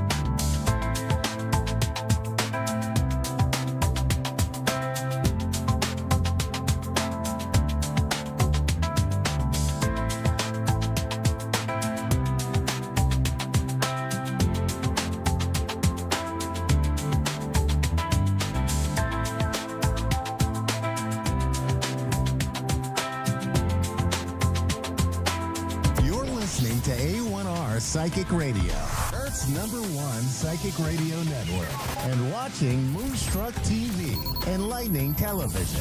Welcome. Time for the Mini Medium with Stephanie Cowan. Live from TarotWithSteph.net. Connect direct. In North America, dial 888-454-2751. In London, 20-3519-2158. In Sydney, dial 02-8488-3147. Or online, contact us through our Facebook page, facebook.com/psychic radio. Our websites, askoneradio.com or moonstruck.tv. This is the Mini Medium On A1R, the Ask One Radio Network. All right. Hi, guys. Welcome. Happy hump day. Happy Wednesday. This is your mini medium on the A1R Psychic Radio and the beautiful Moonstruck TV. And I am sounding a little nasally today. So if you, as you're listening to, either on the podcast or watching live, I sound a little bit different. I've been out for a little bit. I've been struggling with some kind of awful, whatever is going around, respiratory kind of virus, whatnot. But I'm feeling better, other than sounding a little bit nasally. But I'm so excited to be back and to see kind of, how this new moon energy is going to really be affecting us. So I don't know if you guys have been feeling this new moon in Libra. The new moon in Libra is all about finding balance and letting go of the old you and allowing the new you to come into light, if you will. So I'm excited. I'm excited for new beginnings. I always love the new moon, and I feel like it's the time where we can go, okay, let's have another reset, right, or another redo. So with that said, I'm going to pull our affirmation card that we pull affirmation cards every week. So, and this message will be for everybody. So collectively, if you are, drawn to this, affirmation, or maybe it fits next week, whatever it may be. So I'm going to pull this card. Now, the number I've been drawn to today has been the number 18. So if you're just listening to my first time, if you're just the first time listener to the Mini Medium show, I'll kind of explain why the numbers are important. They really are about your loved ones in spirit, or my guides or your guides, really trying to get with me to validate a birth date, a death date, whatever it may be. So the number 18 has been very strong today. Now 18 will be like the 18th of a month, as being a death date or a birth date. This could be someone maybe that connects with the age of 18. This could also be January 8th, maybe even someone that you connect that passed in 2018. So if that kind of helps you a little bit with where that 18 comes in. Now I'm going to read the affirmation for the week, and we'll, and of course we're going to take callers tonight and see kind of how this energy is going to be. So, okay, now this is interesting. I'll show you the card. Now these cards are beautiful butterflies. This is my favorite affirmation deck. I'll show on the camera here, these just beautiful double butterflies here. And I can't help but think that that's exactly what this new moon in Libra is about, right? We've got the two, it's letting go of the old and allowing the new to come in. And this affirmation is so perfect. So it says, letting go creates space for me to receive. So, I mean, that's just so perfect for exactly this new moon, right? Now, the new moon is the time that we want to manifest and bring things in. But we still, in order to allow things to come into our life, we have to let go first, right? And we have to make room for that new stuff. So if you let go, letting go creates space for me to receive. And, I can resonate with that so much, even with the fact that, I've been really kind of hard on myself recently about the fact that I got so sick and that I haven't been able to do readings. And boy, I'll tell you, that fills up my cup, But in order for me to fill up my cup of my soulful, self, I needed to be able to let go of anything from the past, that's been kind of sitting there, and sitting with me. And some of that is actual, shadow work that I've been working on. So I'll tell you, it's been really, it's been an interesting 3 weeks for me. But one thing I love is that now that we're, and now that I'm feeling better, and now that we're in this new moon, and we're so close to Halloween. This is my favorite time of year, always, always. So, but now I'm able to, I had a reset. I had a total reset, even though nobody wants to be forced to reset by being sick. But sometimes the universe is like, you're not listening to me, and the universe is like, all right, if you're not going to have a reset and a recharge, then I'm going to make you. And that's what happens. And that's where we get sick or something happens and we have to just kind of check out, which I did. But I'm back and I'm so excited to fill up this new cup and this new beginning. So I'm excited after a few weeks of being rest and recharge. We're going to take our first caller tonight, and it's Michelle from New York. Hi, Michelle. This is Mini Medium. How are you? Good. How are you? I'm glad you're feeling better. Oh, thank you, hon. Yeah, me too. I sound a little nasally, but I'll take it over what I just went through. But thank you so much, hon. How can I help you tonight? I don't know, just a quick reading on, what's going on in the next couple weeks or whatever, with the future. Okay, sure. I love that. Okay, let me, I think we're going to pull a few cards for you and see what may pop up here. So while I'm doing that, my friend, do you connect with that number 18 I was just speaking about? What's that? Do you connect with the number? Oh, you're good, hon. Do you connect with the number 18 as like the 18th of a month as a birth date or death date, or January 8th, 2018, maybe as a year? Do you connect with that number? Not really. 18. Okay. Okay, that's okay. I wish I was 18 again. Me too, sister. Me too. I just turned 50 and I'm like, oh my goodness, where did the time go? Right. So crazy. Well, I see numbers throughout the day and generally almost all the time it's going to validate someone's loved one in spirit or your birth date, but just keep it in mind, and it may click later and you're like, oh my gosh, I can't believe this is what I missed, but of course I take a couple callers every night, so it might resonate with my next. But let's talk about you. And I pulled a few cards. Now, when I do readings, I use tarot cards, but I just use them as a visual validation of what my gifts are bringing to me. And so I allowed the cards to fall, and you pulled two very powerful wands, my friend. So one is right side up. I'll show them on camera. There's this 9 of Wands right side up. And then the other is a 2 of Wands.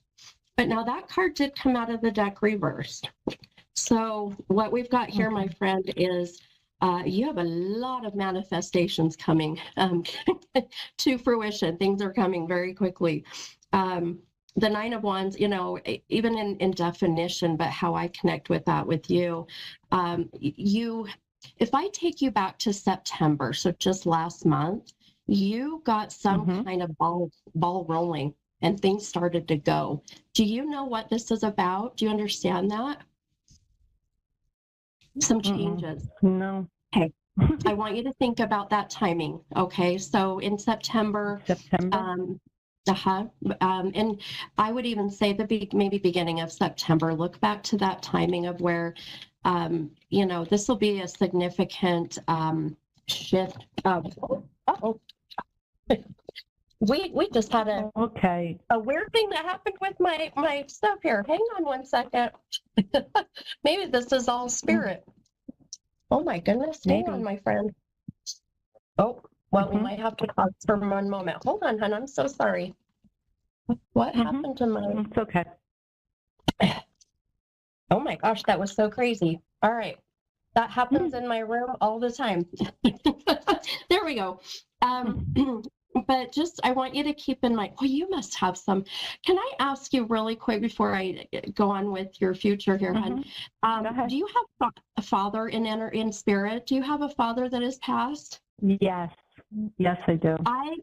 I really feel like my whole thing just falling off. There's no reason that my device should have just done what it did. Actually, I've got goosebumps everywhere.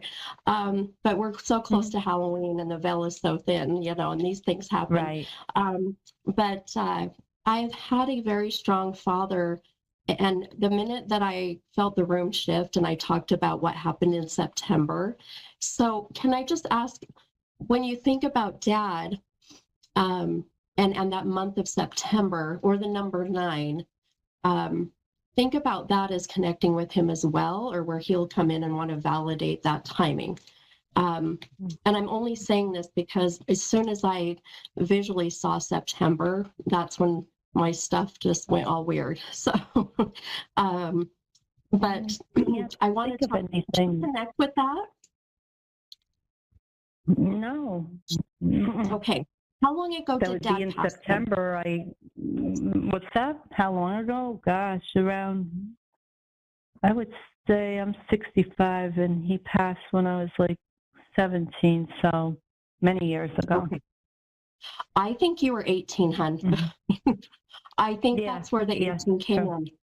Yep, that's why the 18. Oh, yes, that's when the 18 came in. Wow. Yep. It is amazing. Yes.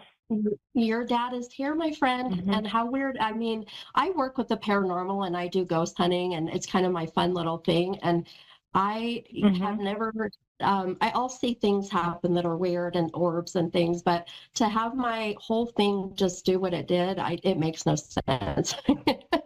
But it just is your dad's very strong energy wanting to make sure that you know that he is here. And a big part of this is it is good. And, I feel like there's some unfinished business with your dad. Do you understand that? Okay.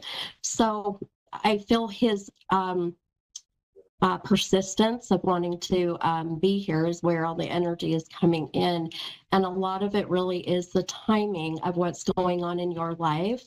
And that's where I was heading to, is I feel like whatever this September connection is, it really is where the wand is all about fire, and it's about igniting, and it's about getting what you want, when you want, and how you want it. And I feel like it's just time for you, my friend. It's time. It's like, all right, I've done the work. I've been trying to, get my life together. I'm working on myself, and now the shift is coming. And I'll tell you, right about the end of November, so gosh, a month away or so, I want you to keep that timing in mind as some changes even in your geographical connection. So if you're moving, or if you're still working, this is work, changing. But it feels to me it's going to be quite a very, it's going to step you out of your comfort zone, hon. So, and when it does, I want you to just accept it, allow this to happen, trust in the process. But I also want you to look at, there's some reason your dad is so adamant that he is the one making this happen, because he wants so much for you to be happy, and he's trying to make up for the lost time. Do you understand that? Wow. Yes. Beautiful. Beautiful. Wow. You have such a beautiful earthy kind of grounding energy. What is your zodiac sign? I'm a Gemini. You are? Oh, I love you even more. That's what I am. Well, the groundingness is definitely something with being connected to. Please do some of that meditation, taking Epsom salt baths, getting yourself connected to your highest self. And So keep that timing, but please just know your dad is right there with you, guiding you and protecting you, and wanting this to happen for you so that you can find your bliss and happiness in your life. Oh, that's good. Yes, it is Appreciate good, it. my friend. Yep. Oh my gosh. Well, you're so welcome. Thanks for being patient with me and my weird whatever just happened. That's okay. Now we know where the 18 came up from.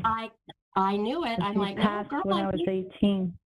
Yep. And your dad, Yeah, the minute that's you said amazing. 17, yep, your dad went, nope, she was 18. So this has been your daddy with me Wow. the whole time. Yeah, it's beautiful. That's amazing. It is. Well, all right, my friend. Well, thank you for calling. I'm going to grab my next caller, but have a beautiful night. And I wish you so much love and light. You're welcome, hon. You too. Thank you. All right. Bye-bye. All right, you guys. Wow, that was crazy, huh? I honestly don't know how that happened. So I'm going to have to go back and watch. I have cameras in my room, but we're going to take the next caller. And this is Desiree from Florida. Hi, Desiree. This is the mini medium. How are you? I'm good. How are you? Oh my gosh, I'm doing great now. Kind of a little shook up. We had some crazy energy in the room. But I'm happy to meet you, my friend. How can I help you tonight?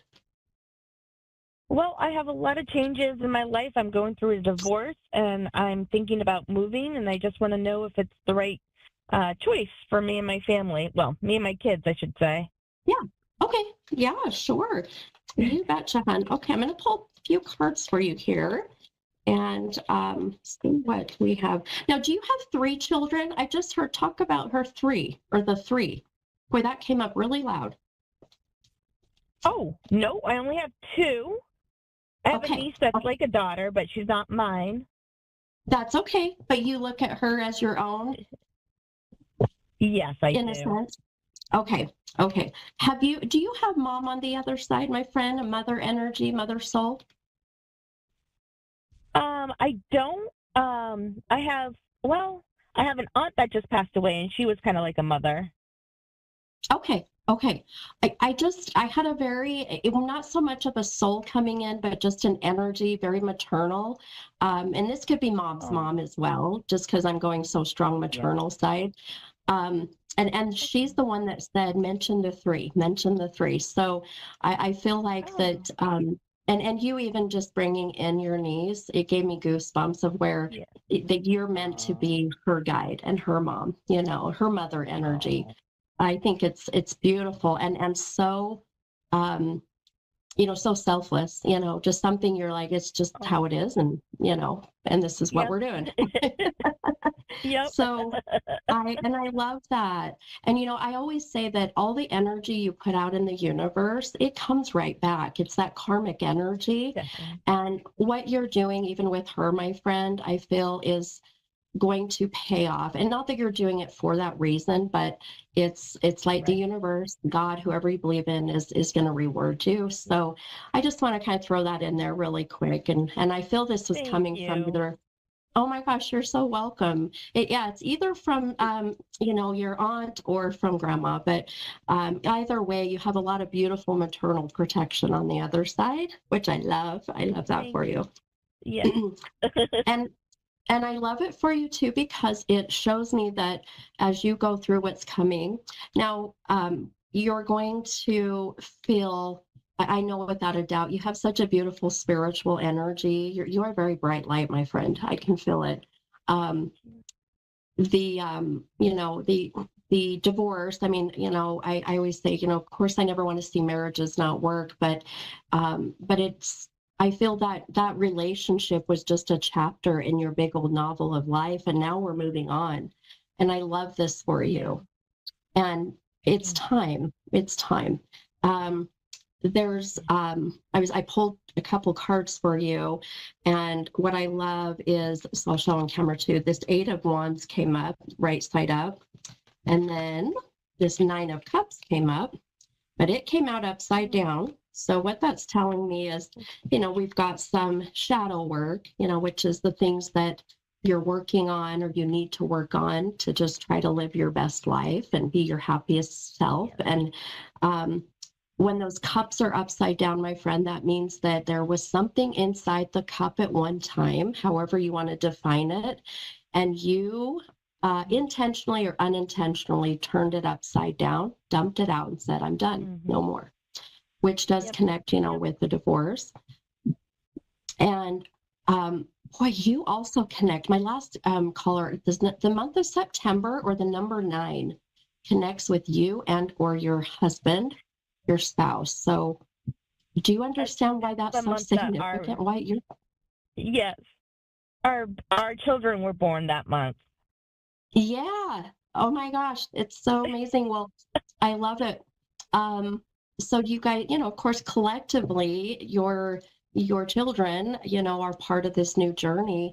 And just seeing that for you, my friend, is just, for me, validation from your guides, your loved ones in spirit, saying you're on the right path. This is the way you need to go. And that 8 of Wands, the wand is about you getting what you want, when you want, and how you want it. And girl, it's time. Yep.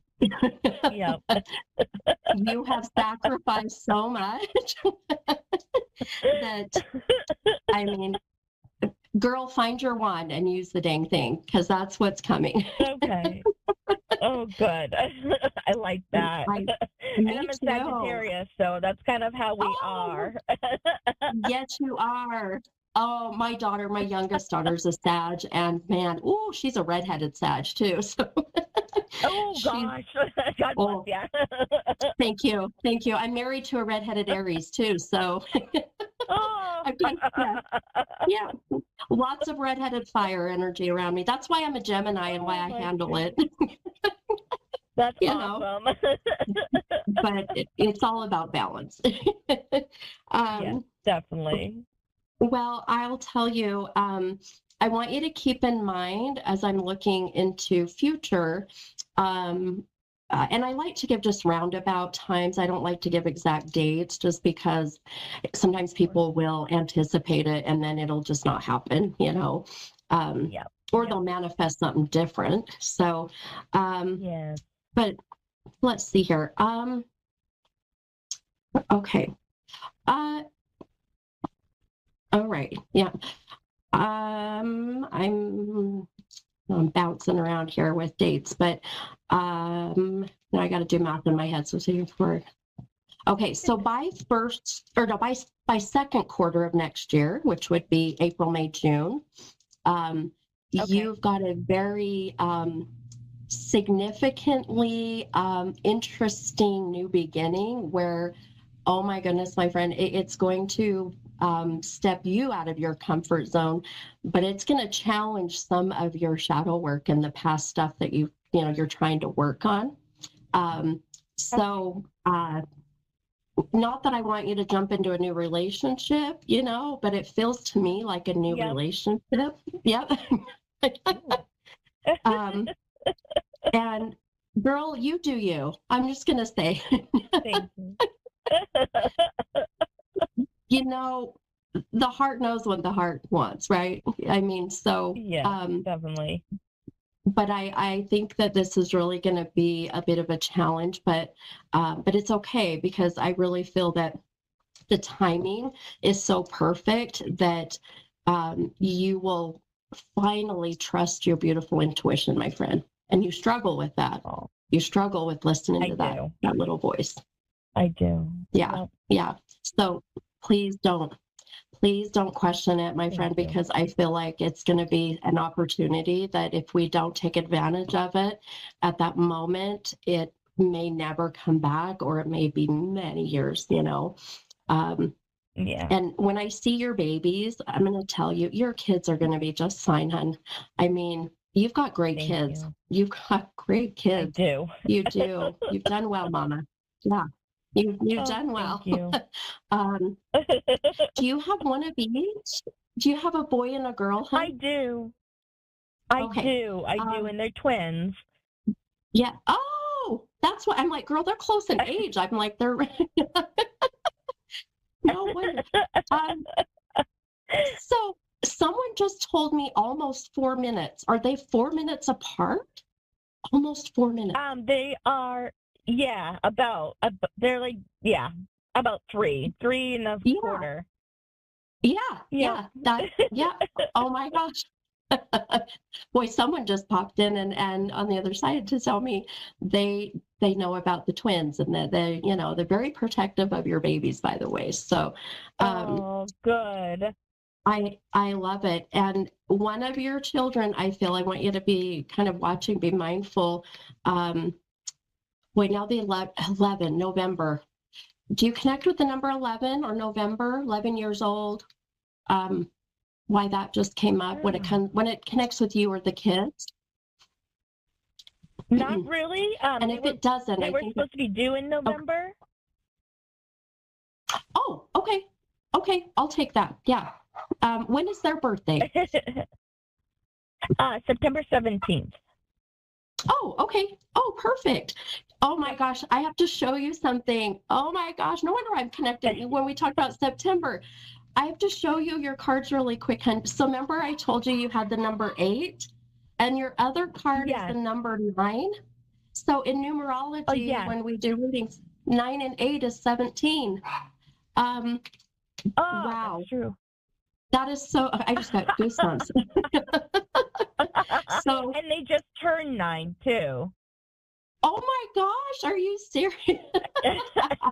I love it. That's why you said 9. I'm like, well, September, and they just turned 9. So yeah, and they 9's just a big turned number 9. for us And this your year. cards. Yeah. Oh my gosh, so good. And your cards equal the number 17, which is their birthday. So look at how beautiful of the energy and the synchronicities that are happening with just, your loved ones on the other side and your guides, my guides, working together. And this happens when we get so close to Halloween where the veil is so thin. And I'll tell you, seeing so much of you and your energy and what's coming and your children and, all these validations, I'll tell you, when I was looking at your children, both of them are so talented and creative. And I just want you to make sure that you are keeping them on that path, of that. Because definitely one of them struggles maybe a little bit with, and I don't want to throw this out there as, diagnosis, obviously, but, maybe ADD or just, maybe struggling a little bit. Yeah. So just watch them, two little spiritual beings grow like crazy, and just keep that timing in mind next year, hun, and things are going to be beautiful for you. Awesome. Thank you so much. You really validated a lot of my questions, so thank you so much. Oh, good. Oh, you're so welcome, hon. It was my pleasure. Thank you for calling. Have a beautiful night. You too. Okay. Bye-bye, hon. Bye-bye. Thank you. You're welcome. All right, you guys, what a great night back. I love it. So I hope to see you guys next week. Go to my channel. It's our Facebook is Mini Medium, or you can go to mini-medium.com and all my stuff is on there. Okay, guys, we'll see you next week. Every generation has a voice that cuts through the noise, a truth teller who reminds us what we've forgotten. Christina Elliott isn't just another psychic. She's the woman redefining awakening itself. Through her show, Instinct Reclaimed, Sanctuary Sessions, broadcasting live Thursdays at 5:30 Pacific, 6:30 Mountain, 7:30 Central, and 8:30 U.S. Eastern Time on A1R Psychic Radio and Moonstruck TV. She takes you beyond prediction into transformation. This is where illusion ends, where instinct rises, and where your soul remembers its unique power. Visit ChristinaElliott.org. Because you weren't born to survive the story, you were born to rewrite it.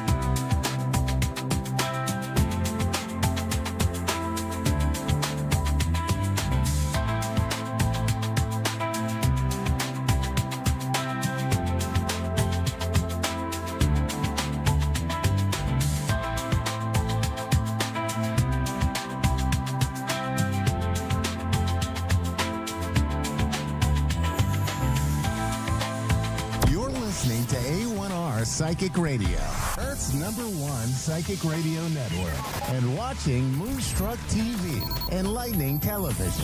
Welcome. Time for Oracle Buffet with Heather Carmona. Live from PsychicAstrologyWI.com. Connect direct. In North America, dial 888-454-2751. In London, 20-3519-2158. In Sydney, dial 02-8488-3147.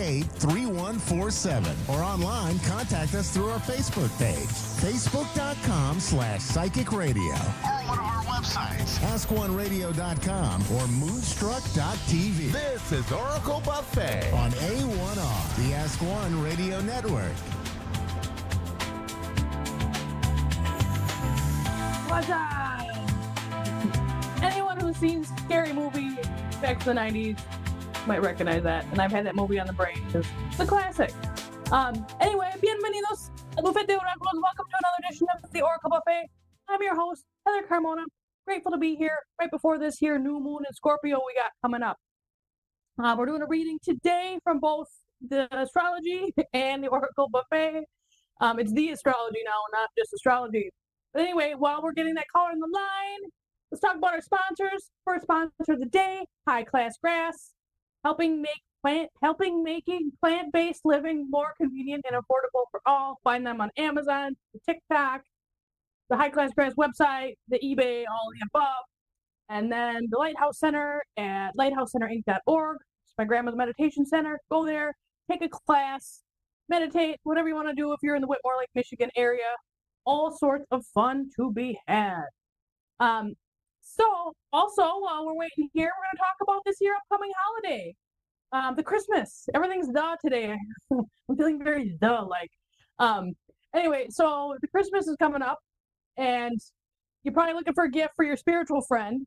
And let me just tell you, an astrology reading makes a great gift, as does an Oracle Buffet reading, which you can purchase on the TikTok Oracle Buffet or at my website, PsychicAstrologyWI.com. All right, Brittany in Sheridan, Michigan. Are you there? Yes. Hi, Brittany. How's it going? Hi, it's going okay. All right, you sound kind of sad. Let's see what's going on here. All right, do you know your birth information, Brittany? What do you mean, my birth information? Sorry. That's okay. Date, time, location?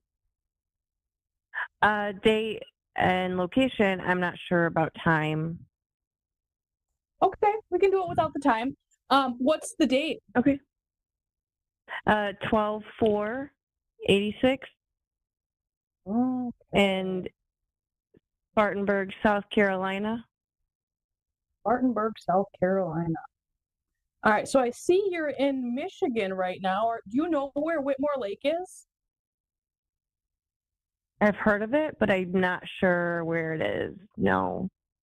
All right, well, if you ever pass by it, stop by my grandma's meditation center and check things out there. Okay. Okay.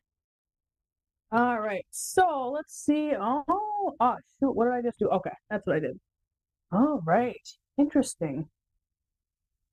Looking at your chart here, let me just absorb it for a minute. Okay.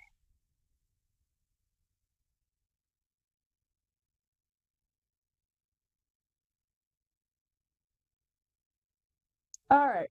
So tell me a little bit about what's going on. I'll tell you what your chart has to say about it.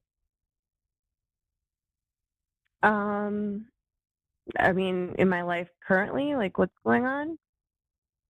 Yeah, what do you have questions about?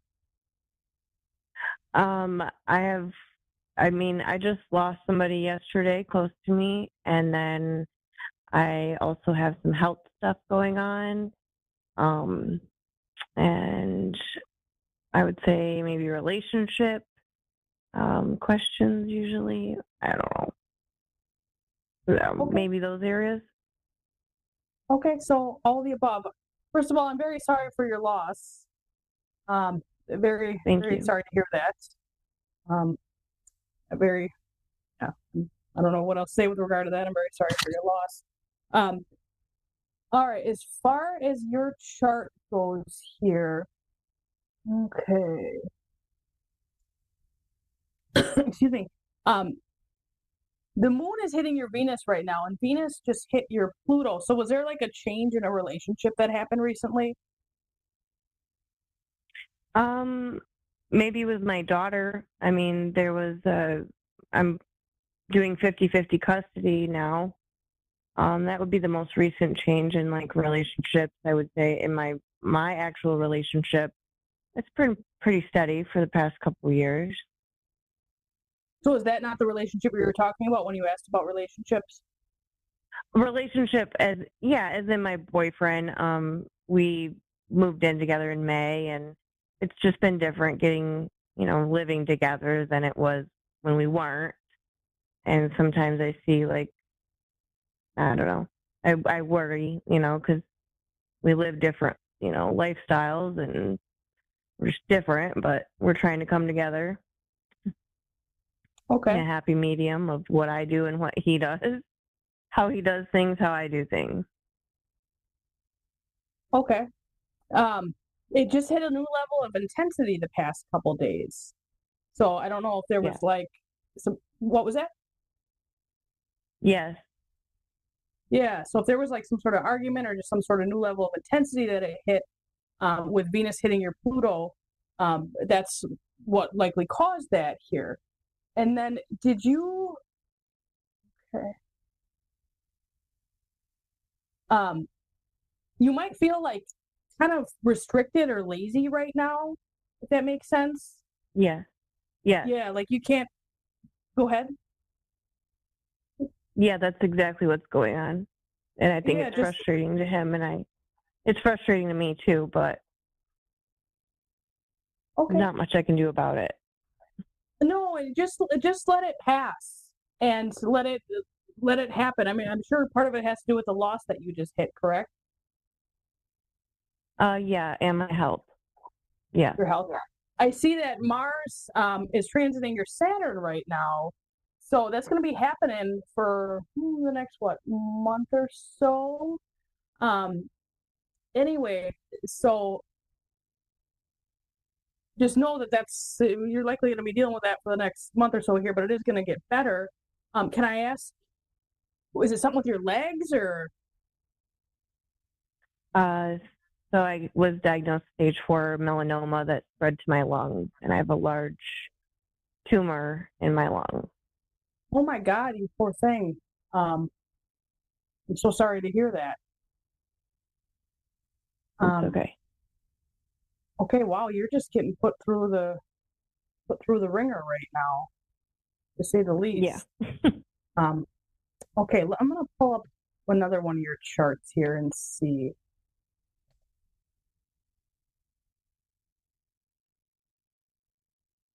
All right.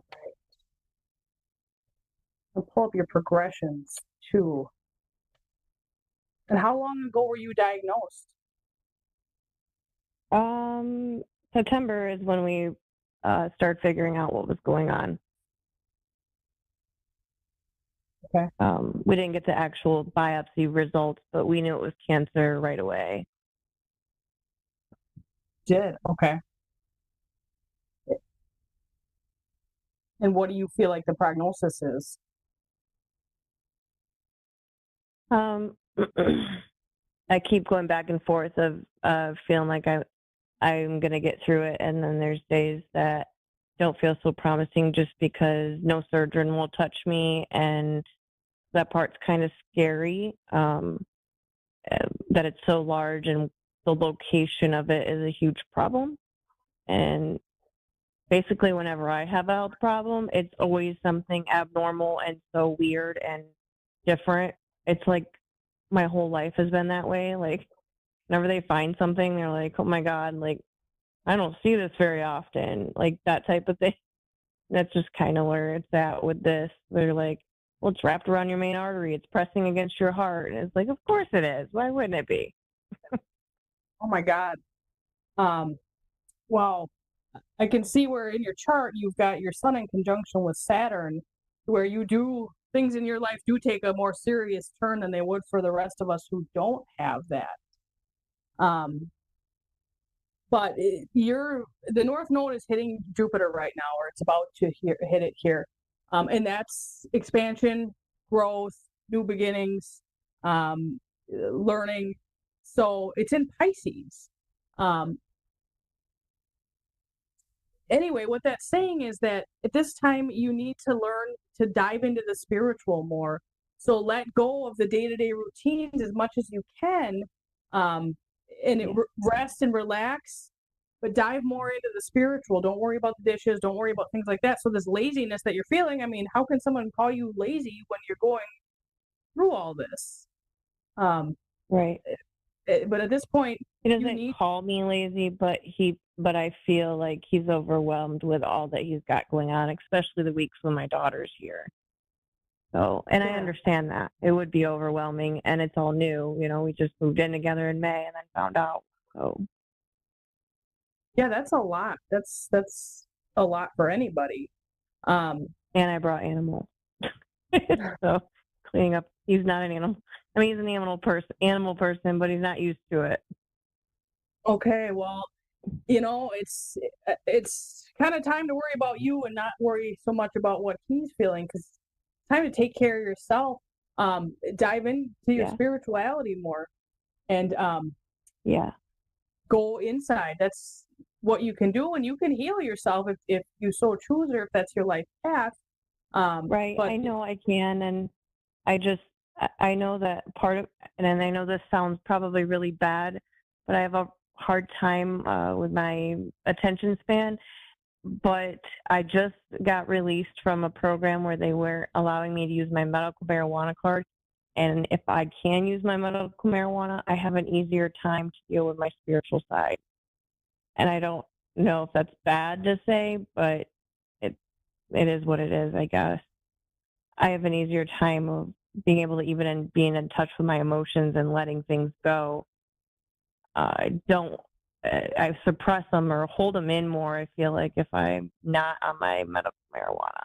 I know it's weird, but no, and quite I'm frankly, able to let it go and cry. That's what Pisces, that's where your North Node or Jupiter is in your chart, and that's where the North Node is touching. But Pisces likes to escape reality. It likes to smoke weed. It likes to do drugs. And quite frankly, without giving too much information, I'm the last person to judge you for that. So we'll just say that. Okay. But whatever you need to do, but you might want to consider taking edibles instead of smoking it at this point. And maybe you already are. No, I know. We're just trying to find some that are sugar-free. I just literally yesterday was released from where I wasn't allowed to use it. Now they're saying I can. So, well, thank God for that. Just looking at the sugar-free options. Yeah. Okay. Well, I hope you find some. We're running short of time here, Brittany. I want to draw a message from the buffet for you. Okay. All right. Draw 2 cards. You drew the Nest card. Would more tenderness help? Being more tender toward yourself, I think, is what's being asked here. In true nature, I know the eternal. Change me, divine beloved, into one who knows the true nature of our souls. Awaken me to the knowledge of the eternal. Let me know my true self is consciousness. So remember who you truly are and have more tenderness with yourself. Let go of these feelings that you have towards other people, or feeling like maybe you're inconveniencing other people, or that they have a problem, and tune into yourself. Okay. Does that help? Yeah. Okay. All right. Well, we're running short of time. Sorry, we got to cut it short here, but thank you, Brittany. I wish you the best, and I hope to hear from you again soon, okay? All right. Thank you. All right. Take care. All right. So thank you, Brittany, for calling in. Definitely a tough one. If you'd be interested in astrology reading or an oracle buffet reading, please reach out to me at psychicastrologywi.com. Thank you for tuning in. Have a wonderful day, guys. We'll see you next week.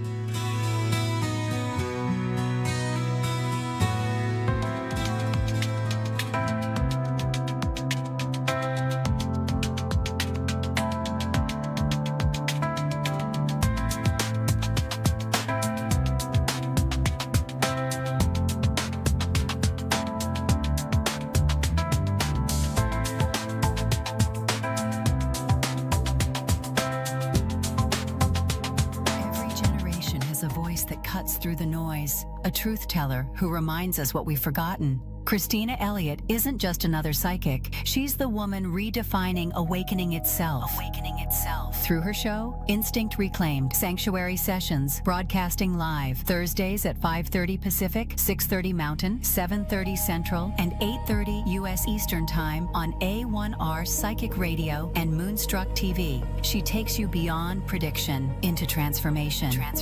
This is where illusion ends, where instinct rises, and where your soul remembers its unique power. Visit ChristinaElliott.org. Because you weren't born to survive the story, you were born to rewrite it. You're listening to A1R Psychic Radio, Earth's #1 psychic radio network, and watching Moonstruck TV, Enlightening Television. Welcome. Time for Instinct Reclaim. Sanctuary Sessions with Christina Elliott.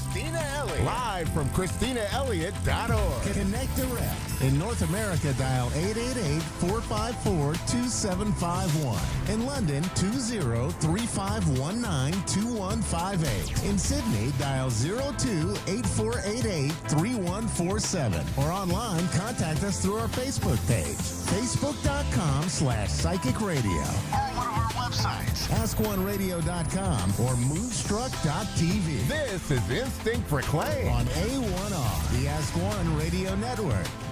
Hey everyone, happy Friday Eve. To all of my beautiful listeners, I am so happy you joined me again this evening. Before we get started with a caller, which I think maybe we won't. I forgot to confirm with the producer if we're getting a caller tonight, so I guess we'll play that by ear. But what I first want to do, I'm having such a beautiful week and I want to share my joy with everyone. So for anyone who is watching or listening or watching the repeat, I am going to offer the first 10 people to reach out to me via my website, ChristinaElliott.org, or on my Facebook page, Christina Elliott Psychic Medium. I will offer the first free I can't talk today. I will offer the first 10 people to reach out to me. I bet you didn't guess it, something free, a free 15-minute reading. So anyone that's interested, just send me a Facebook message, or you can send me an email via my send me an email via my website. And yes, the first 10 people to request the free reading will receive one. So I will reach out to anyone that sends me a message through there. So let's get going. Before we take the caller, I want to move up the pyramid. We're moving up our survival pyramid. We've talked about what it's like to obey and perform for people. We've talked about what it's like to force ourselves to fit in for other people. And now we're going to talk about how we create expectations based on what other people want from us, or we create expectations for ourselves based on what we feel other people might want from us. And quick tell them we're ready with our caller. If anyone wants to read your comment in the reading, where are you creating expectations for yourself based on what other people want from you? And if you're creating those, are they true for you? If they're not, you want to think about how to revamp your life a little bit, because the more we obey and perform, the more we force ourselves to fit in. And now the more we force ourselves to create a persona based on other people's expectations of us, we get sad and sad because we're not speaking to our soul in the way it wanted us to when we decided to come forth in this human world. But enough of that. Let's see. We have a caller. We have Catherine in Gold Coast, Queensland, Australia. Catherine, are you there? Hi. Hi, Catherine. How are you today? I'm great. Wonderful. What would you like guidance on tonight or today? Just life in general, I guess, I think. Lots in general. Do you have let me quick ground and connect to you, and we'll see what spirit comes up with, and if you want to move forward in that. If not, we can ask him to talk about something else. Does that sound like a plan? Yep, that sounds great. All right. Are you currently working full time, Catherine? No. Do you work at all, or are you stay at home? I have just starting a new job next week. Oh, you start a new job next week. Okay, that explains why the career came in. Sorry about that. Sometimes I have to go vague instead of being so specific. Do you have questions around that new job that you've kind of been wondering about, or do you want me to keep telling you what Spirit wants you to hear? Keep going? All right, one moment. First of all, they're telling me you're pretty excited about this newer opportunity. Have you been looking for a job like this or a path forward that you kind of had this idea in mind prior to? Yes. Yeah, they're saying that this is a really good endeavor for you, number one. You're expecting it will create more joy for you, at least in your work life, and it will. It will do that for you.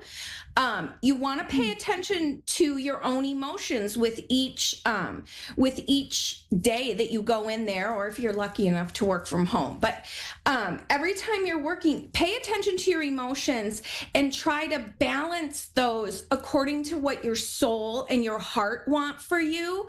Right before we took you as a caller, we were talking about, creating expectations based on what other people want from us. And as adults in the working world, that is extremely common. We find that happens to us more often than not, where we are adjusting our personalities to meet the needs of other people.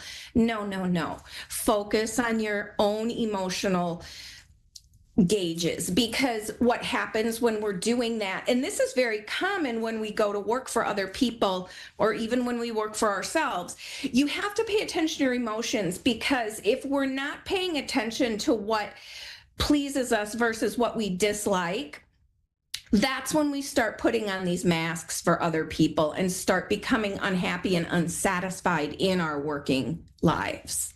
Do you have specific questions around that at all?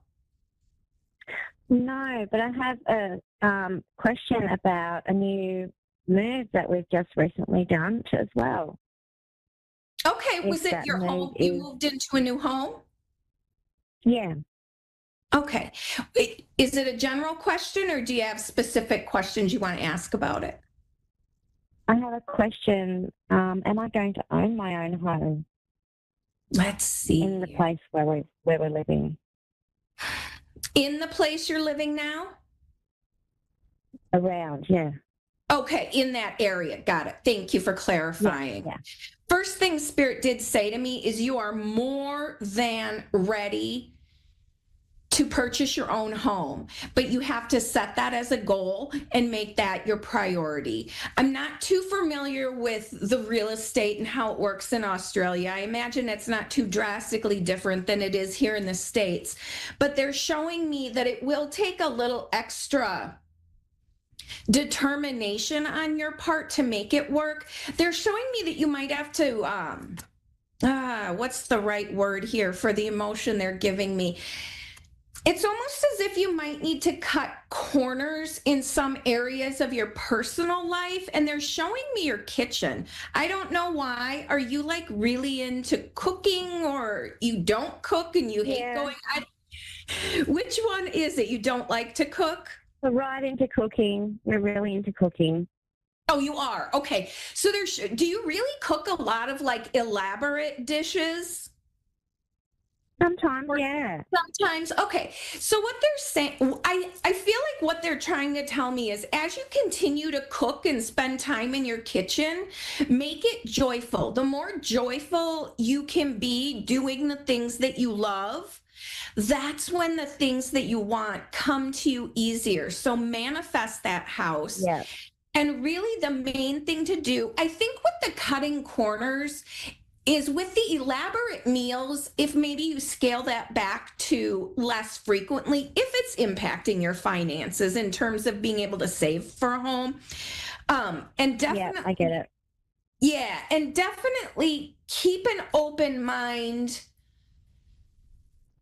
to how that home is going to find you. Because if you plan it out to the finite details, that's when the universe is kind of like, whoa, that's a lot. That's going to take a lot longer. Yeah. So just go general, and just you can either write it down or speak it out whenever you think of it. If you've ever heard of a love list, I always recommend people do this, not only when they're looking for, a romantic relationship, but also when you want anything in your life. I did this. I wrote a love list before I bought my home, and just start the list or say it out loud. Tell the universe every time you think of something you want. You've already narrowed down the area you want to live in.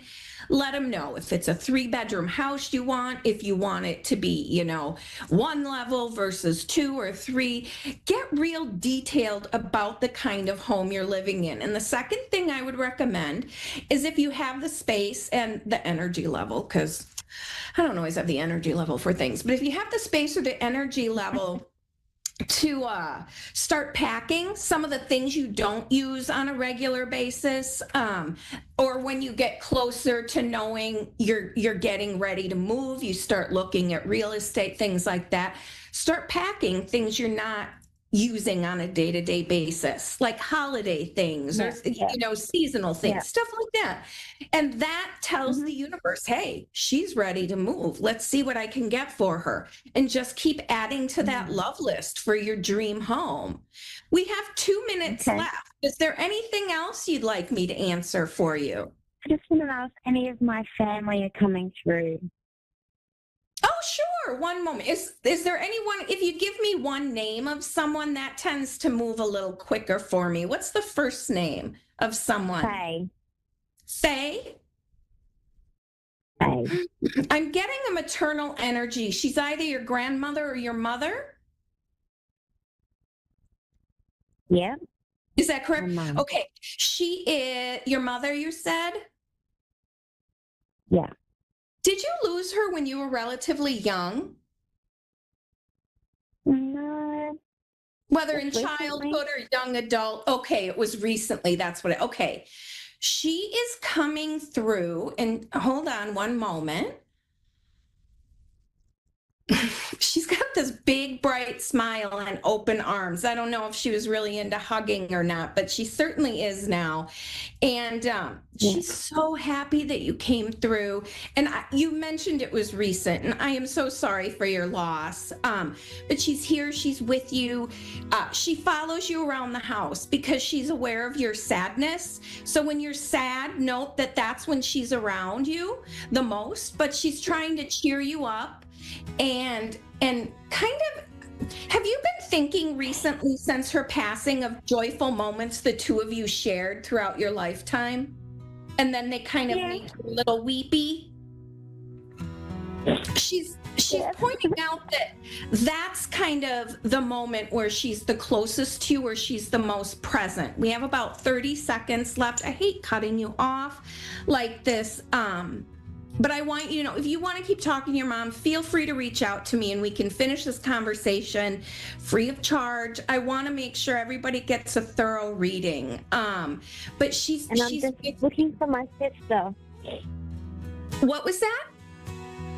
I'm looking for my sister. Oh, your sister? What's her first name? Diane. Diane, we are out of time. Reach out to me and I'll do a free reading for you, and we can talk to your mom and your sister Diane a little bit more. Go to my website, ChristinaElliott.org, and reach out to me through there, and I'll respond to you as soon as it comes. Well, not as soon as it comes through, but I'm pretty good about getting back to people within 24 hours. Every generation has a voice that cuts through the noise, a truth teller who reminds us what we've forgotten. Christina Elliott isn't just another psychic. She's the woman redefining awakening itself Through her show, Instinct Reclaimed, Sanctuary Sessions, broadcasting live Thursdays at 5:30 Pacific, 6:30 Mountain, 7:30 Central, and 8:30 U.S. Eastern Time on A1R Psychic Radio and Moonstruck TV. She takes you beyond prediction into transformation. This is where illusion ends, where instinct rises, and where your soul remembers its unique power. Visit ChristinaElliott.org. ChristinaElliott.org. Because you weren't born to survive the story, you were born to rewrite it.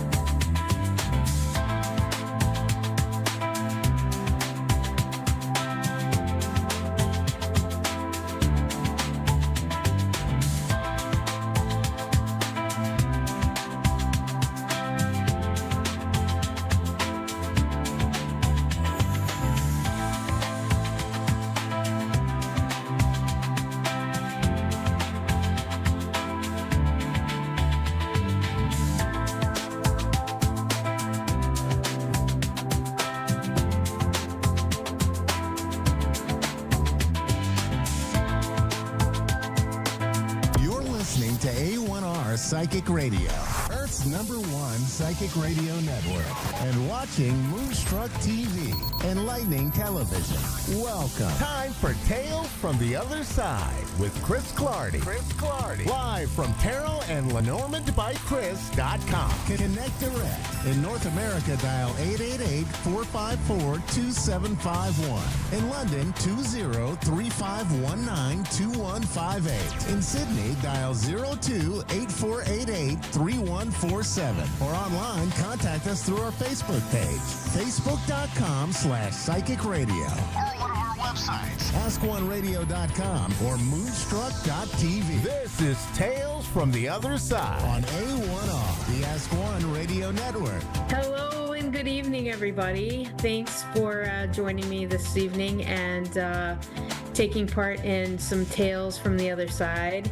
I thought I'd start off a little bit this evening and just letting you know that I do animal communications with living and crossed over pets.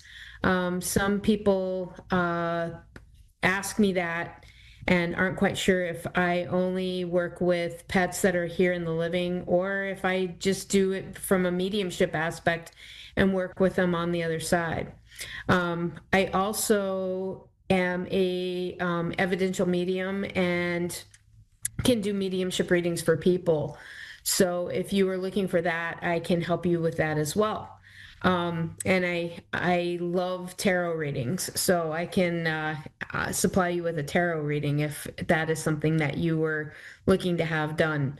So I thought it would be a good idea to kind of talk about some other things that I do. Animal and pet reading in general are my passion. I absolutely love animals. I have many of them myself. I've had horses and dogs and cats and parakeets and pigeons and turtles and almost anything you can think of I've had at one point. I even had a pet skunk when I was a kid. So I have learned to communicate with many different types of animals. So if you don't have a dog or a cat and you have a gecko or a parrot or a hamster, I even have gotten some messages from someone that had a hermit crab. So every living creature has an energetic field and has the means of communicating with us. So if you have one of these other types of little critters, don't be shy about asking or reaching out to get a reading for one of them. Just to give you a little tip on getting in contact with me, you can email me at you can email me at mediumchrisclardy@gmail.com, or you can get on my website, which is Tarot and Lenormand by Chris. So with that, it looks like we have a caller. We have Kimmy in Mammoth Beach, New Jersey. So what can I help you with tonight, Kimmy? Hi. Hi. I've never done this before, so I have my dog here, Kato, if you want to do anything with him. Okay, so Kato, can you tell me what breed Kato is? He's like a boxer pointer mix, mostly. Okay, I like to work off photos in this kind of circumstance. It's a little difficult to do that, but if I have a kind of a visual, that'll help me and kind of make a connection with them. He's a brindle. He's a brindle color. He's like 60 pounds now, but he's got a longer face. Oh, okay. So more like the than pointer like the boxer. face. Okay. Yeah. And he's older. Okay. So he feels like he is a very funny guy. Like he's got a great personality, and he feels like he can be very goofy and fun loving and has that kind of like just this kind of I am a happy guy kind of personality.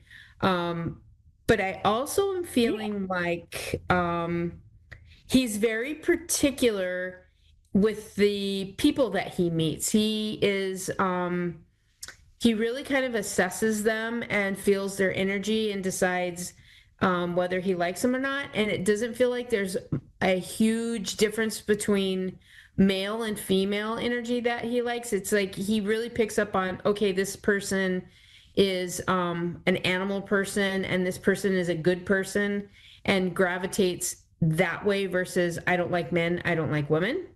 Does that make any sense? Yeah. Okay. Yeah. And I'm getting something with like him carrying around a ball, like a tennis ball, and I'm seeing him like grab a hold to one and like popping it. Yes, ripping them up. Yeah. And I feel like he doesn't do that quite as much as he did when he was younger. I'm feeling like his energy's feeling mature, like I'm gonna put him in the 8 to 10-year-old bracket. Does that sound accurate? Yeah, a couple of years older. He'll be. Oh, okay. He'll be. His birthday will be December 1st. Oh wow! So we have a birthday boy coming up. Wow. Yeah, okay. He'll be 13. So I'm feeling like, do you have some health concerns with him going on right now? Or just the fact that he's coming up on 13 and he's starting to slow down a little bit more? Yeah. Only for like the last year or so. Okay. I'm feeling like he was very active, outgoing, engaged in things, and then you kind of started seeing a change. It's like he all of a sudden started turning into an old man, and you've been concerned about what's going on to trigger that to come on quickly. And I feel like he's been a little bit more particular with food. Like he's not as excited about eating a lot of things like he used to be. Like he's gotten a little bit more picky, and you've had to kind of entice him a little bit more than the normal. Does that sound accurate? Exactly. Okay. Very accurate.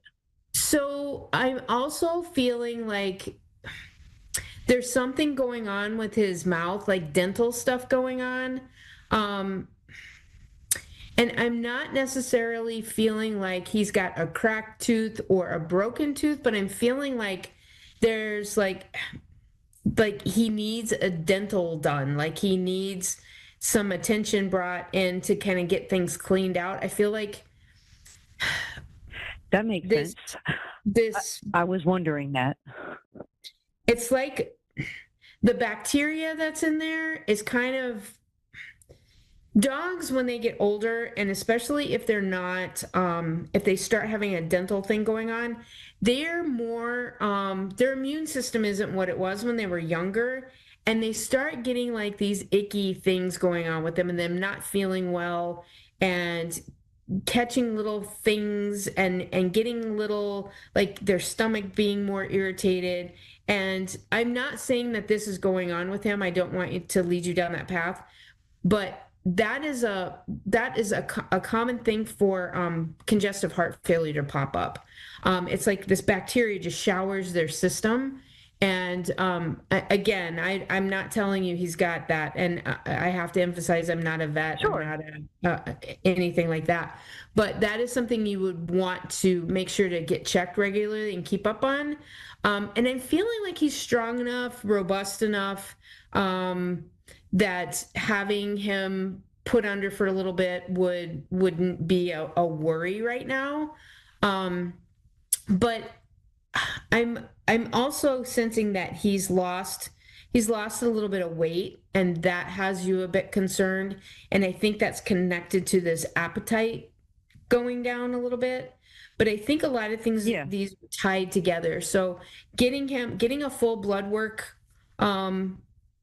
done on him to check his kidney and liver values to make sure that he doesn't have any, like a high blood cell count, like he's fighting some sort of infection, and getting that dental done, and putting him on a higher calorie diet. And there's this stuff that you can find at like more like holistic pet stores. I don't know what your local chains are.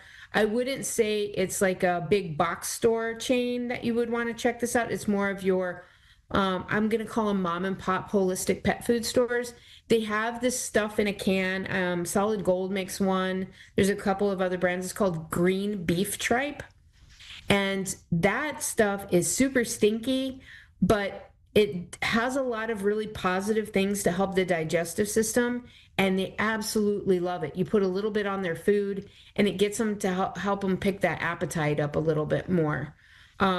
With him, I'm feeling like if you don't have him on some sort of joint supplement, you may want to think about putting him on something, because I am feeling a little more like it's progressed over the last couple of years of the stiffness when the weather changes, but I'm feeling like it's starting to set in him a little bit more.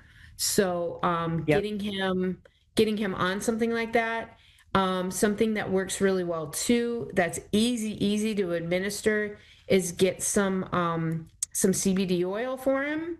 And I like the oil better than the chews, because you can actually monitor how much you're giving. So if it's not quite working the way it should, you can increase the dosage.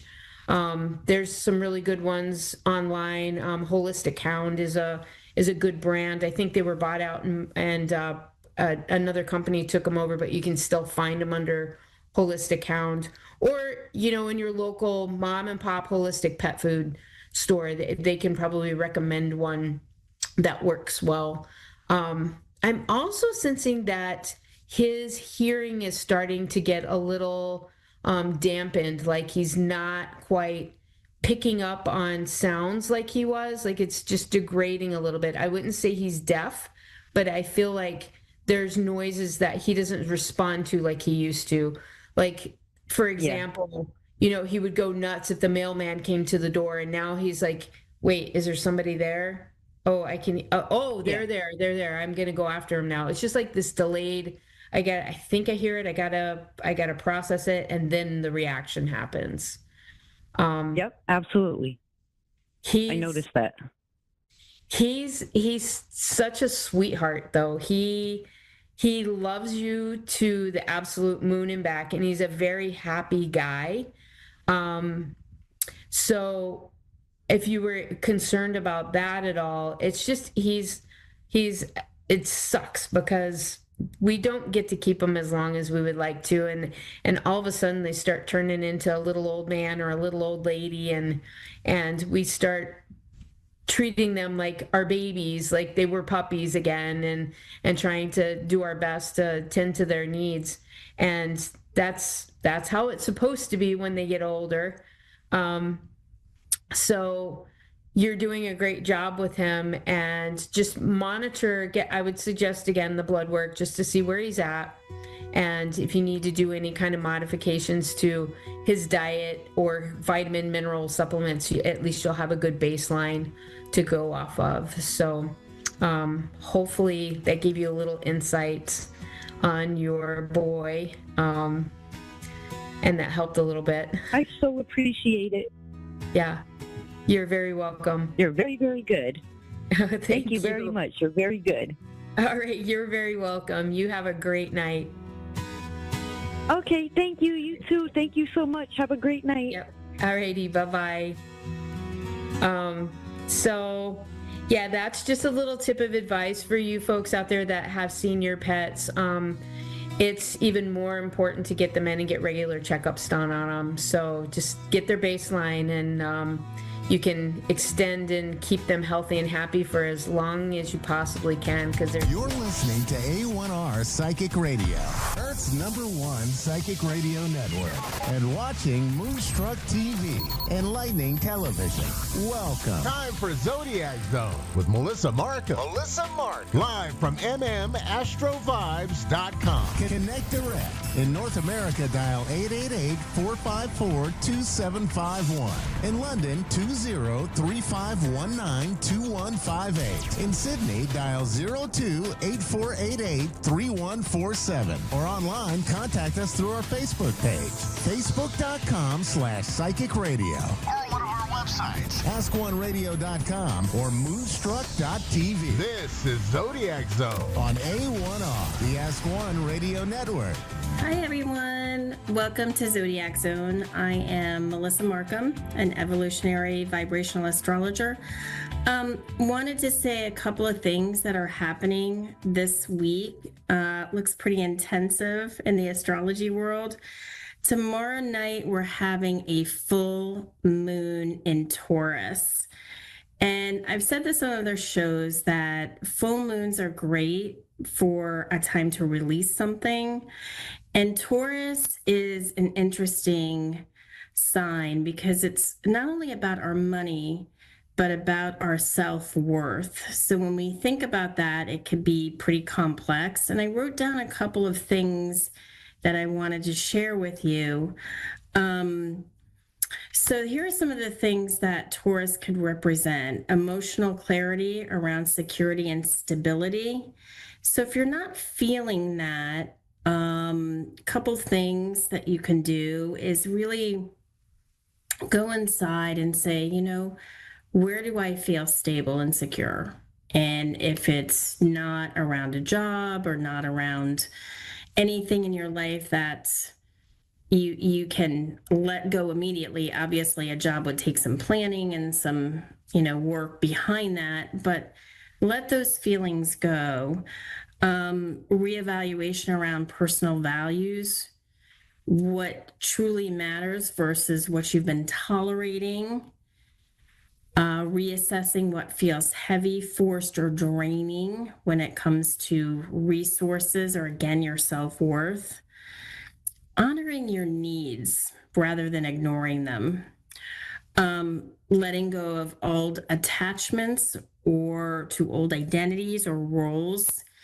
Strengthening boundaries with people or habits that no longer align. These are, again, self-worth issues. Deepening connections to senses, food, touch, beauty, stillness. So if you're feeling like a really good thing to do is to ground. And what is grounding? Grounding can mean so many things to so many people, right? What I do to ground is I put my bare feet to the earth. And what I do, some of the most important work that I do to get into a state of consciousness, what I want to release, is I do breath work. So 3 rounds of 10 of the most obnoxious breaths that you can do, because you're essentially blowing out the carbon dioxide, and you're really getting rid of what no longer serves you. I think that that's really, really important. Some of the things that you should do during a full moon is slow down, check in with yourself, ground your body, like I said, feet to the earth, cleanse your space, maybe open windows, light incense, move stagnant energy around, practice gratitude. Some of the things that could be good are practicing what you're grateful for. Even if you're having, so many unpleasant things happen, you can literally change the energy. And another thing is a release ritual, I think, is really important. Write what you want to let go of on paper. I release this. And then what you could do is safely burn it or tear it up and make it not part of your identity and your self-worth anymore. So those are some of the things that you could do during this full moon. Again, it's about release. You don't want to necessarily start anything on a full moon. You really want to do a release on a full moon. So I wanted to bring on my first reader here, or reading, sorry to say, Rachel in Canada, Australia. Did I get that right? Yep. Great. Australia, yes. Pardon me. And you have, I'm putting on my glasses here, and you have, do you have your birth time? Yes. Okay. 1 minute past 12, midday. Yeah, I always like to check in with people to make sure that they have their birth time, because a lot of times it's probably the most important thing when I'm looking at doing a mini reading. Okay. When were you born? Pardon? When were you born? The month, day, year? When? Mm-hmm. April 1980. April, what day was it? The 13th of April, 1980. 1980. Got it. And the time that you were born? 1 minute past 12 at midday. So 12:01 p.m.? Yep. Okay. And the place? The city? Sydney, Australia. Sydney. Very. Let me see. Sydney. Yes, I can't spell Sydney today. Okay, got it. Sydney, Australia. Okay. So I'm going to do a really quick reading here for you. I'm an evolutionary vibrational astrologer, so I'm going to look at something called the lunar nodes in your chart. They're elliptical points in the sky. We all have them. And I'm going to say it in astrology, and then I'm going to interpret what it means. So your south, you come from the south, it's the south node to the north node. South energy is the past, karmic, and we're trying to get to this future north node energy. So your south node is an Aquarius in the 8th house of Scorpio, and your north node is in Leo in the 2nd house of Taurus, which is really great for you since tomorrow we have a full moon in Taurus. And I'm just looking at any other areas where you have Taurus. Okay, I see Taurus as part of your 11th house. So a couple of things I want to tell you. I want to say that South nodes in Aquarius are typically, they do things because it's expected of them and not necessarily what they find always pleasure in. So they tend to make goals for things. They tend to try to keep up with the collective of whatever situation that is. What I really think your purpose is in this lifetime is you came here to build something. And it has to be heart-centered, something that you love and feel passionately drawn to. I think that's where you're going to find your highest vibration, and you're going to find, this is what you love. You have to do something that you love. That's really, really important to you. And it really is in how you make money, and also to more or less to solidify your self-worth internally. That's really, really important for you to do. And I would say on this Taurus full moon, if I'm looking exactly what rules Taurus for you as your 11th house. So I would say 11th house is groups of people, it's friends, it's our hopes and dreams.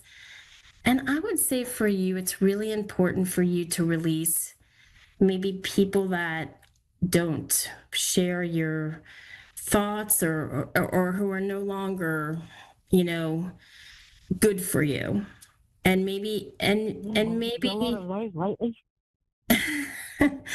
yeah, I think that's really important. And maybe and find the groups that find your tribe, so to speak. Yeah. Something that makes you feel that you love and whatever your passions are. And that's where you need to be. I think that if so what I would do is I would, write all whatever you feel, whatever what I just said means to you, and put it on a piece of paper and let it go. Let it go. Yep. And again, I've been writing, like I've got this journal, I do writing. Mm-hmm. Yeah, I think that's really important for you. Yeah. And I would say too, don't be afraid to dream and go after what you desire in your heart, because I think that it's there. It's just you have to believe it. It's like everything else. We just have to believe whatever is in, and that we can do it, because we're really manifesting our chart. It's not the chart telling you what to do. It's what's inside, and it's in your chart. So it's the energy in your chart.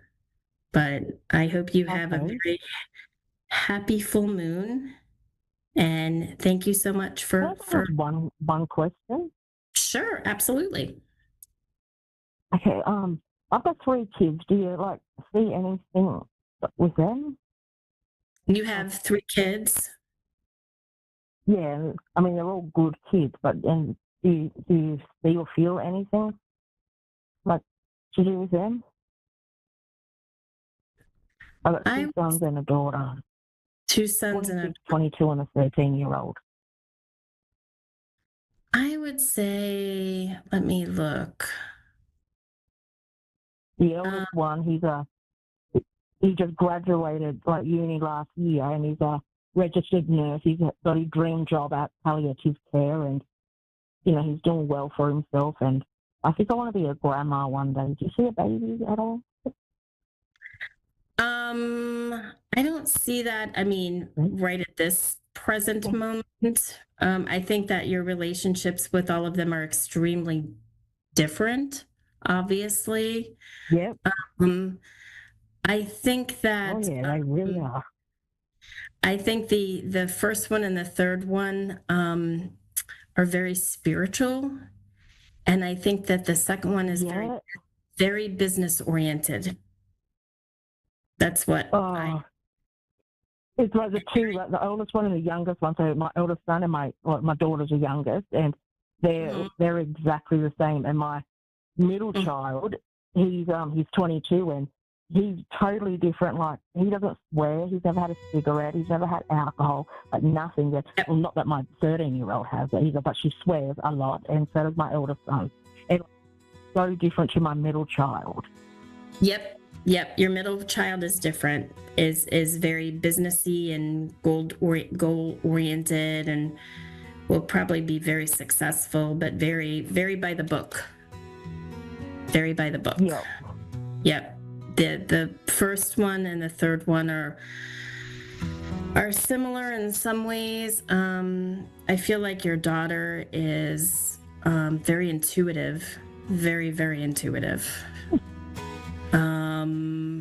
Your oldest son is probably gonna start out doing one thing and then maybe change and do something else. I mean, in his journey, but yeah, it's they're similar, and the middle one is definitely a different soul.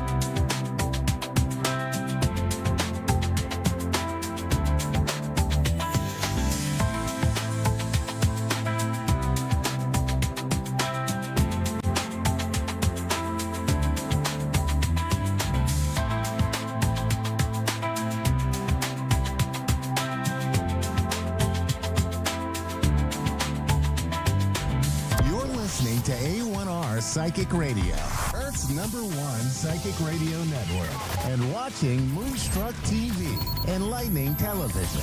Welcome. Time for Stellar Parenting with Brandy Kahn.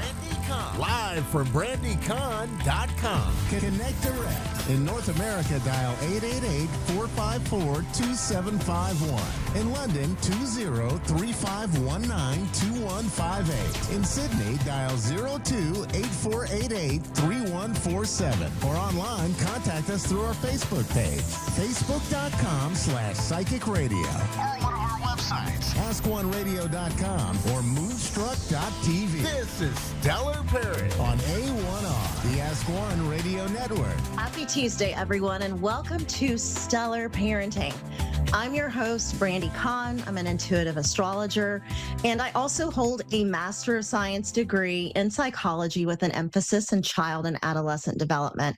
And I'm super passionate about helping parents to custom design their parenting approach based on their child's natal chart. If you're interested in working with me, please visit my website at brandycon.com. So today, we've got some really important transits coming up regarding Mercury. Mercury just went retrograde on Sunday, so we're going to talk about that. And then we have another transit with Mercury tomorrow. But first, I want to remind everyone that Mercury retrograde is not something to fear. It's not a time of cosmic punishment, guys, okay? And it's not a time of bad luck. That's not the meaning or the purpose of Mercury retrograde. In truth, it's really like a sacred pause. It's a time period for reflection and realignment. And when we learn to flow with this energy, Mercury retrograde can actually be one of the most productive and insightful times of the year. So what is this particular retrograde about? Mercury is the planet of communication and thinking, right? And when it stations retrograde, the universe is inviting us to slow down and to reflect and to listen on a deeper level. And this time it's happening in the sign of Sagittarius. Sagittarius is the sign of wisdom and exploration and truth, perspective. And Sagittarius helps us to zoom out and see the bigger picture. So during this retrograde, you may find yourself reevaluating your beliefs, revisiting old conversations, or questioning the stories that you tell yourself about what's possible. This is the time to realign with your authentic truth. And if things feel scattered or uncertain, I want you to remember Sagittarius energy loves exploration, and Mercury moving retrograde here in this sign simply asks us to check our map before continuing on our journey. And sometimes that can mean travel delays, okay? Dealing with travel delays or communication mix ups. But on a soul level, this is all about truth and clarity. And this transit can really help you to release outdated perspectives so that new insight can flow in. So let's talk about how to work with this energy so that you can thrive during Mercury retrograde. What I want you to do, I want you to revisit and revise your plans. Okay, so this is the perfect time to refine your ideas and make improvements. Also, remember to back up your old files and double check travel details. And it's not out of a sense of fear, but more out of a sense of mindfulness. And this is a great time to reconnect with old teachers and mentors or friends who may have once helped you grow. Here's what I want you to avoid. Please don't rush into decisions or react impulsively, okay? And try not to take misunderstandings personally, because everyone is processing more deeply right now. And let's avoid launching major projects or making large purchases, if possible, until Mercury goes direct. Also, be mindful about pushing your opinions on someone else or trying to convince others, okay? Because Sagittarius energy can sometimes come across as a little too certain. Now, for those of you who are parents, here's what I want you to watch for with your children during this retrograde.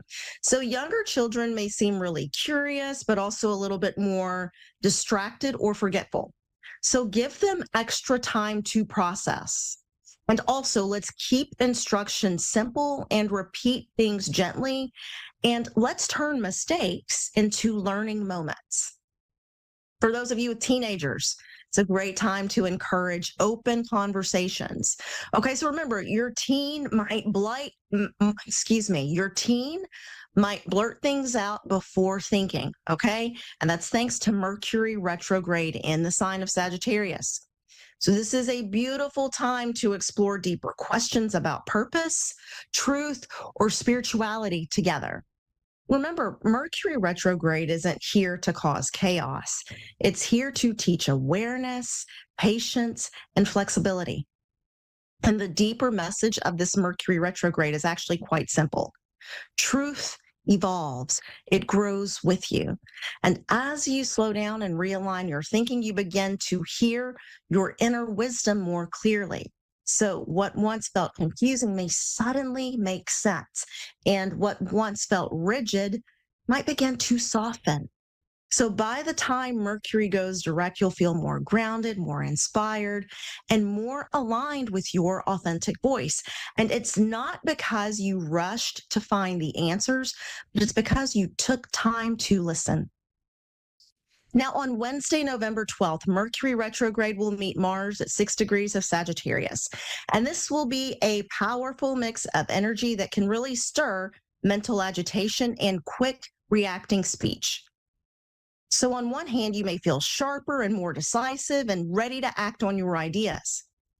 And on the other hand, when Mercury retrograde is close to Mars, you really have to guard against impulsive remarks, miscommunication, and taking action before thinking. Okay, so this powerful duo can really help you to take decisive action. Okay, and remember, Mercury is like money in your communication and thinking account. And you spend this money every time you speak, you write, study, negotiate, or solve a problem. And healthy spending of Mercury money, so to speak, that shows up as thoughtful speech, curiosity, and clear thinking. Overspending looks like gossip, mental overload, or analysis paralysis. Mars represents your drive, your courage, and physical energy. It's the go get it money. And you want to spend it purposefully on action and healthy passion, not on conflict, okay? Or making impulsive moves. Here's what I want you to do during this transit. I want you to pause before speaking and give your thoughts a moment to settle so that you're not reacting from impulse. Also, use this burst of mental energy for reflection and refine your ideas, sharpen your message, set clearer intentions. And it's a great time to ground your body through physical activity, breath work, or movement, okay? That can show up and that can help us to channel this energy of Mars in a really constructive way. Here's what I want you to avoid, if possible. Avoid signing major contracts or launching major campaigns without reviewing, okay? And don't let haste or a sense of impulsiveness push you into arguments or using sharp words, because this Mercury-Mars conflict really amplifies mental heat. And try not to ignore miscommunications and don't allow misunderstandings to escalate, okay? If they are allowed to escalate, usually it will happen very quickly. For those of you who are parents, your children and teenagers, okay, this transit, they may experience it with more mental restlessness or quickly dismissing the rules, or there may be a tendency to argue about their beliefs. So encourage your child to pause and reflect before they speak, and remind them that strong opinions are okay, but wisdom includes listening. And help them to channel this energy into sports, physical movement, or creative expression that can really ground a restless mind. And if your child travels, like if they're a teenager and they're in travel sports, or if they're doing school projects, or they have commitments, okay, this week, you want to double check the details and allow extra time to arrive. So this transit is not just about disruption.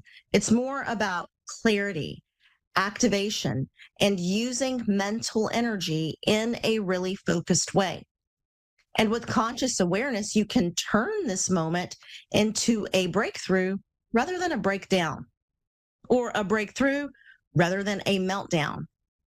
And those are the transits for this week. Make sure that you're setting your intentions about how you want to use this energy.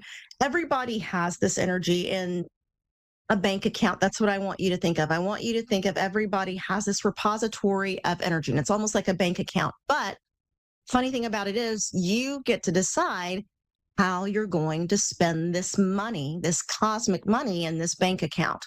How are you going to use the energy? Are you going to use it constructively? Are you going to use it to level up? Or are you going to use it destructively and in a way that's dysfunctional and hurts your relationships? So that's why it's important every week to set your intentions when it comes to how you are choosing to use the energy at your disposal. And like I remind you every week, the stars may guide us, but we hold the power at the end of the day. Each of you, you hold the power at the end of the day to shape your destiny. So keep shining your light bright. Have a fabulous week, and I'll see you back here again next week. You're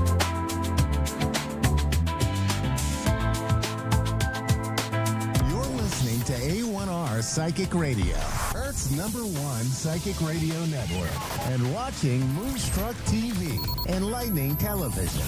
Welcome. Time for astrology and psychic readings with Lady D. Lady D. Live from LadyDPsychicParties.com. Connect direct. In North America, dial 888-454-2751. In London, 20-3519-2158. In Sydney, dial 02-8488-3147. Or online, contact us through our Facebook page, facebook.com/psychic radio. Or one of our websites, askoneradio.com or moonstruck.tv. This is Astrology and Psychic Reading on A1R, the Ask One Radio Network. Hi, everybody, and welcome to Astrology and Psychic Readings, Lady D. I'm Lady D, your host. So I hope you all have had an amazing week. So this week I'm off the boat. I'm back on land, but I'm at the Gold Coast, so Surfers Paradise in Queensland for the Spiritual Awards. So I'll be here for the award show and doing a speech on astrology for next year. It's very exciting. So what is coming up for this week with the astrology? I've got on the 17th, we've got the Sun be trying Jupiter, and also the Sun will also be trying Saturn. So this is going to be quite good. It's going to feel more uplifting than we're happy. It's been feeling a bit flat. This is a transit that will make you feel a little more better about yourself and a little more uplifting. Just the energy around going to feel a little better for you.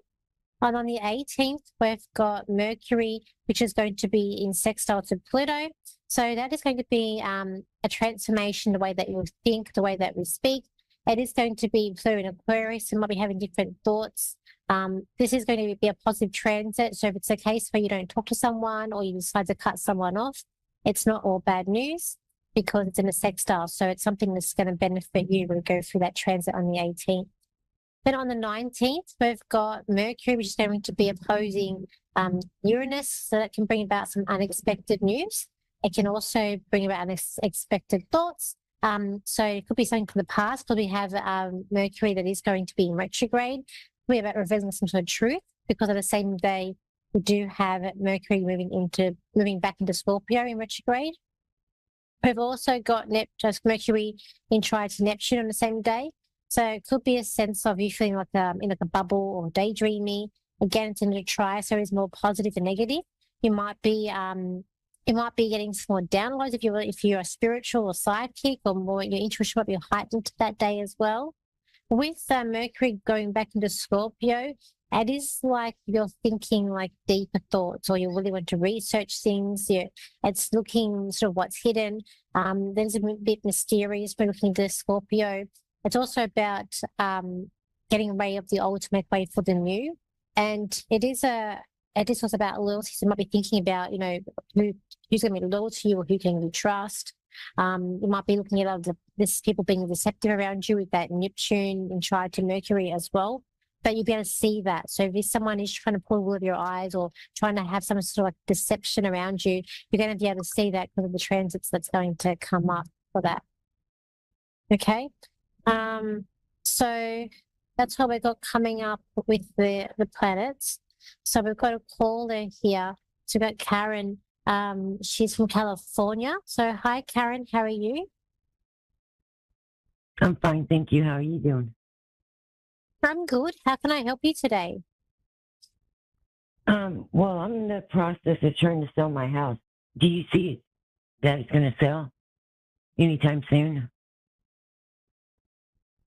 Yeah, I do see it being sold. I'm hearing March, so I don't know if it's going to be all settled and everything being done by March next year, but I feel March. I feel like this year things are a little bit like up and down, and I do feel like I feel like you wanted to sell like by December, but this might be stretched out, or it could be that it does, but the contracts are backwards and forwards. You probably don't want to sell in Mercury retrograde anyway. When Mercury moves direct at the end of the month, is a better time to decide on to sell the house. But I just feel like things are going to be stretched, and I just feel like I can see you like being happy and celebrating, but it's more March next year that I can see that. It might be towards the end of February.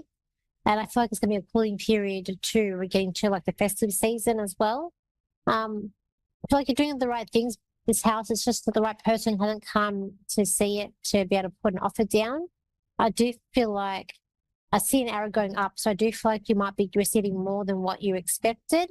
I feel like you're getting more on the high end, so whether they're giving you the like if it's from 40 to 50,000, you're getting more on the 50,000. I just feel like it's on the higher side than the lower side of what you're getting for this place. So I do think you're going to be like quietly happy. Has it just gone on the market? Is this something that's just gone on the market now? Yeah, and I did get an offer on it, and we are going back and forth. They want certain things, and I want certain things to happen, so we're going back and forth. I feel like it's going to be a headache with this current buyer, but I feel like you're getting higher. I feel like you're getting higher than what you've asked for. But there's a sense of stretching, like something being stretching out, and I feel like they want things to be more included in the contract, like they're wanting more things to be there than what's needed. I feel like these people are going to Yeah. be like a headache. So I feel like there's another offer coming in, and it's more smooth sailing with that one, because this one I feel like it's just they're a headache because they're wanting more than what's there or what's to be Exactly. offered. I agree. And Okay. I just feel there's another person that's going to come along, and they're going to have it's going to be more smoother. But I know with the astrology, you sort of wait till at the end of the month when the Mercury goes direct, because it can cause a bit of a headache when Mercury is retrograde and you're selling a house with the contracts. Okay. Too. Alrighty. Do you have other questions as well? I don't know if you do like health things, but like my daughter, she's got cancer for the third time, and can you get anything from that? She's going through chemo now. This chemo is making her feel worse, I feel. I'm not a doctor. I have to say I'm not a doctor. I do health. I just put a disclaimer in. But I feel like she needs to look at different remedies or different treatments, because I feel like the treatment that she's getting is making her feel really down. Is she getting something in the mouth? Is there ulcers or something happening in the mouth? No, as far as I know. She's had breast cancer. Okay. She's had cancer in her female organs, and now she's got lung cancer and cancer in her pelvis. And they said that they found a spot in her throat, but they don't know if it's cancer yet. Oh, okay. So it's like mouth area, like she can't eat. I just feel like she needs to look at different therapies, like not just traditional. As I said, I'm not a doctor, but I just feel like she needs to be open to what different modalities, different healing things that there are out there, and just to try that. I feel like it's like they get like a hold of one and then another one pops up. So I feel like this is like a never ending, or it's just like they get. I just see like it's like they've trying to keep one under control, and then something else comes in its place. Yeah. Look, I'm not too sure, like if it's going to be completely recovered with her. I'm not 100% sure on that. I just feel like for her, it's like it's a lot of hard work that's done. I just feel like she needs to look at different ways of treating it, and not just the straightforward. Just look at all different modalities with all different treatments that you can get. And I feel like cleansing or like giving to food and different things, and it will help. Like even being shown in the mouth. So I feel like it's going to be something. Maybe it's going to be with the mouth as well. It's an issue, but I feel like she's not going to want to eat or can't eat. She's not a silly girl. I feel like she's clinging onto hope, and she's just wanting to stay here for as long as she can. But also I feel like that they're not listening to her. So I feel like she's trying to advocate or trying to tell them what she wants or what her needs are, and they're not listening to her, and they're just giving her one way or one thing to do as well. Okay.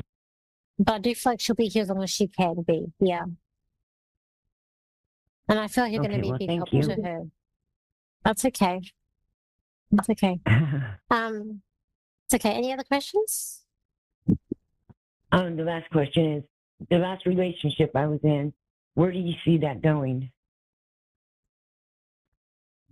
Is the current one that you're in? I'm sorry? The current relationship that you're in, your current one?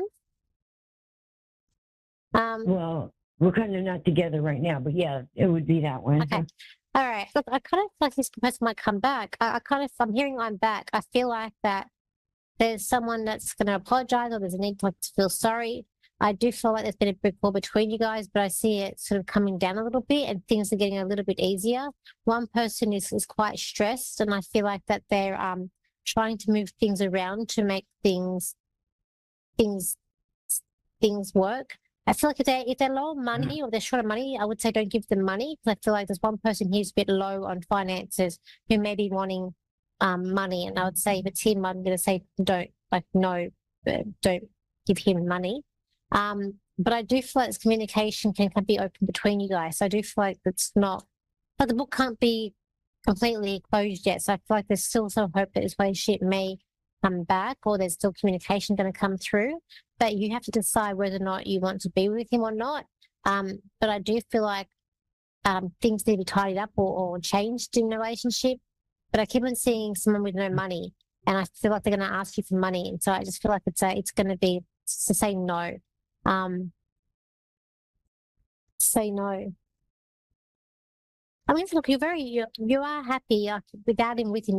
You're happy you can do this, but I feel like you're really wanting to hear back from him, and I just feel like there is still conversations or communication back with you guys. Okay, well, thank you, and I appreciate your time. That's okay, no problem. I hope you have a good day. Okay, bye-bye. Okay, bye. So everybody, this week it is going to be quite an interesting week with the planets. I do feel like a little bit, the energy is going to be a bit lighter than what we have been the last couple of weeks, especially when we've got this now. We've got, yesterday we had Mars conjunct Mercury, so I feel like the energy's been a bit flat, or maybe feeling a bit less confident or feeling a little bit anger. So I feel like coming up this week ahead, it is a little bit more peaceful and giving you a bit more hope with things.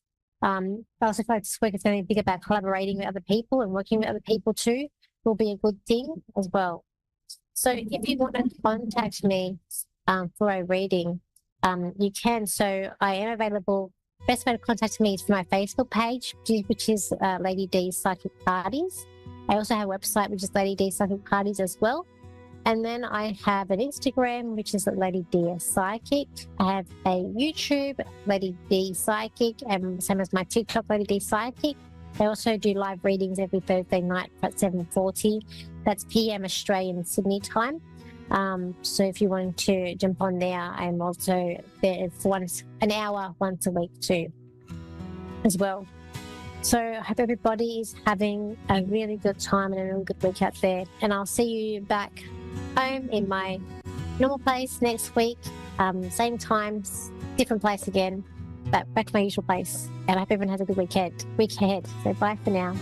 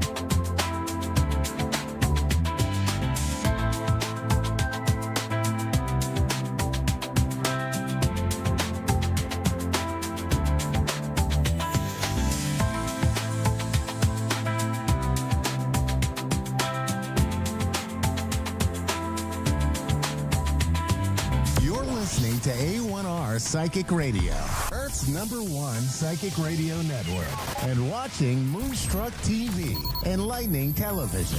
Welcome. Time for Amanda Hall Psychic with Amanda Hall.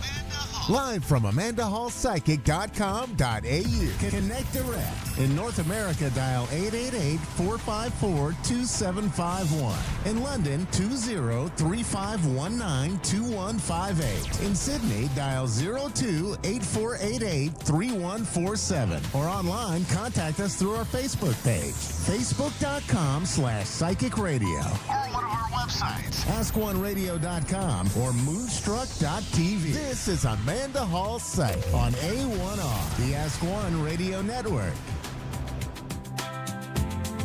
Welcome to A1R Psychic Radio here on Moonstruck TV with Amanda Hall Psychic, all the way from the Gold Coast. Hope you're having an absolutely sensational, fantastic week wherever you are as we head towards the pointy end of the year where everybody's starting to gear up for the holiday season. And, you know, we do that here in Australia in probably a different way to you guys do, because in the Northern Hemisphere where it's nice and cold and starting to snow and everybody's starting to rug up and drink hot chocolate, we're here reaching for something cold and a fan and sort of, you know, getting the shade. So it's a very different sort of lifestyle. But it's interesting at the moment with so many planetary configurations and 3 planets going retrograde. The world seems to be in a little bit of chaos at the moment, but we'll talk about that in a minute. So we're going to look at the Simply Tarot card of the week, which is the 9 of Pentacles. Now, the 9 of Pentacles is peace of mind. Now, wouldn't this be something that we'd all like at the moment, is a little bit of peace of mind out of all the chaos that's been going on around the world, to be able to be chilled like that woman, have a bird on your shoulder and just sort of say,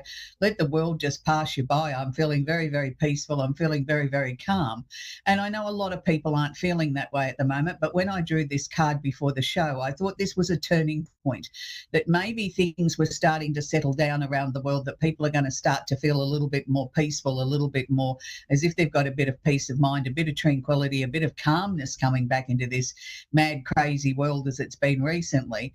And it has been a very tumultuous time for lots of people, because there's been lots of things that have been out of their control that they haven't been able to sort of work through and sort of look at, you know, sort of like they've been stuck between a rock and a hard place and being dictated to by other people. And it's not necessarily their issues. They've had to sort of conform with what's been going on around them.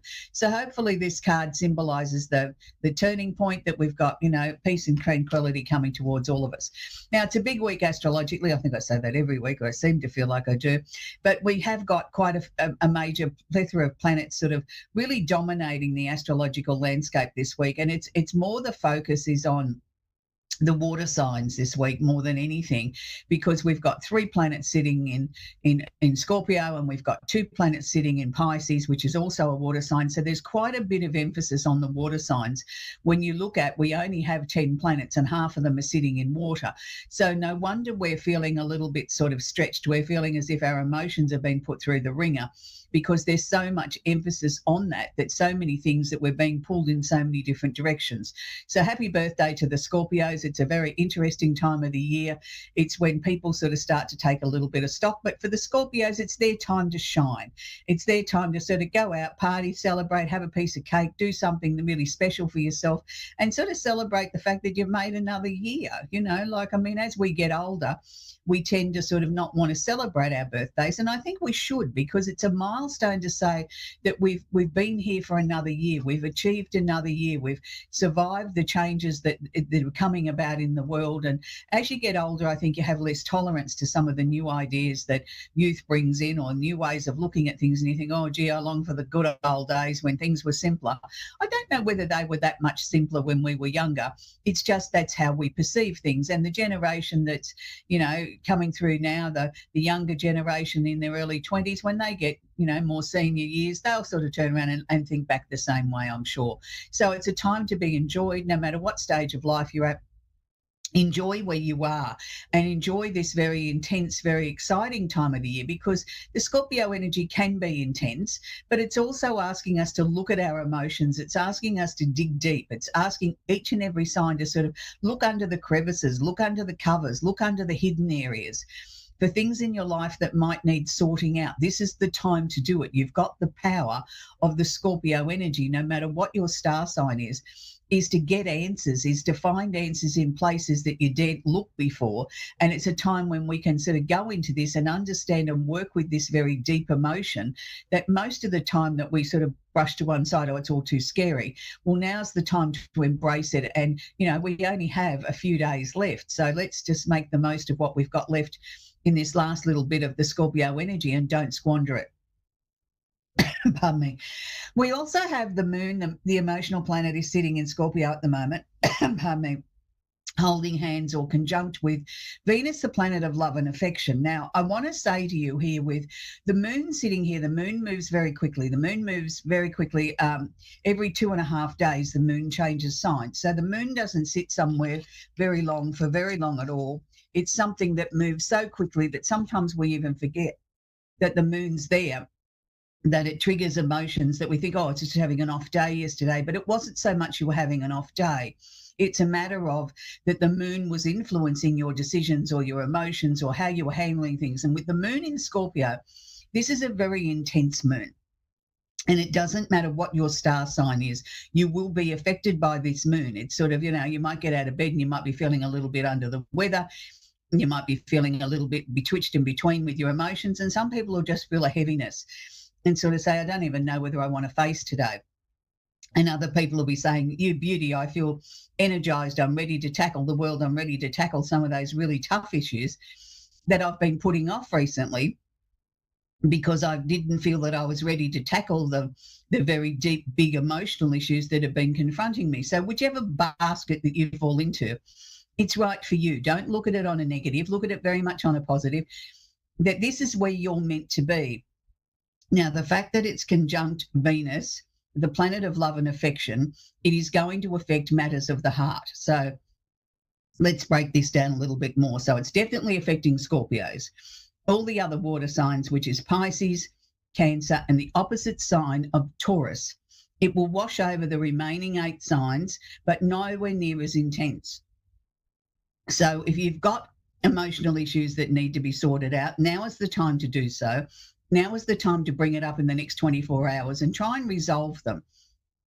Try and get things that we can sort of say that, okay, we're now back in the driver's seat. We're back in control of where we need to be, that we can start to resolve these emotional issues that have been rolling around our lives for a little while now. And it's now time to sort of try and present them in a positive, calm sort of manner and try and work through them with the other person. That's really important.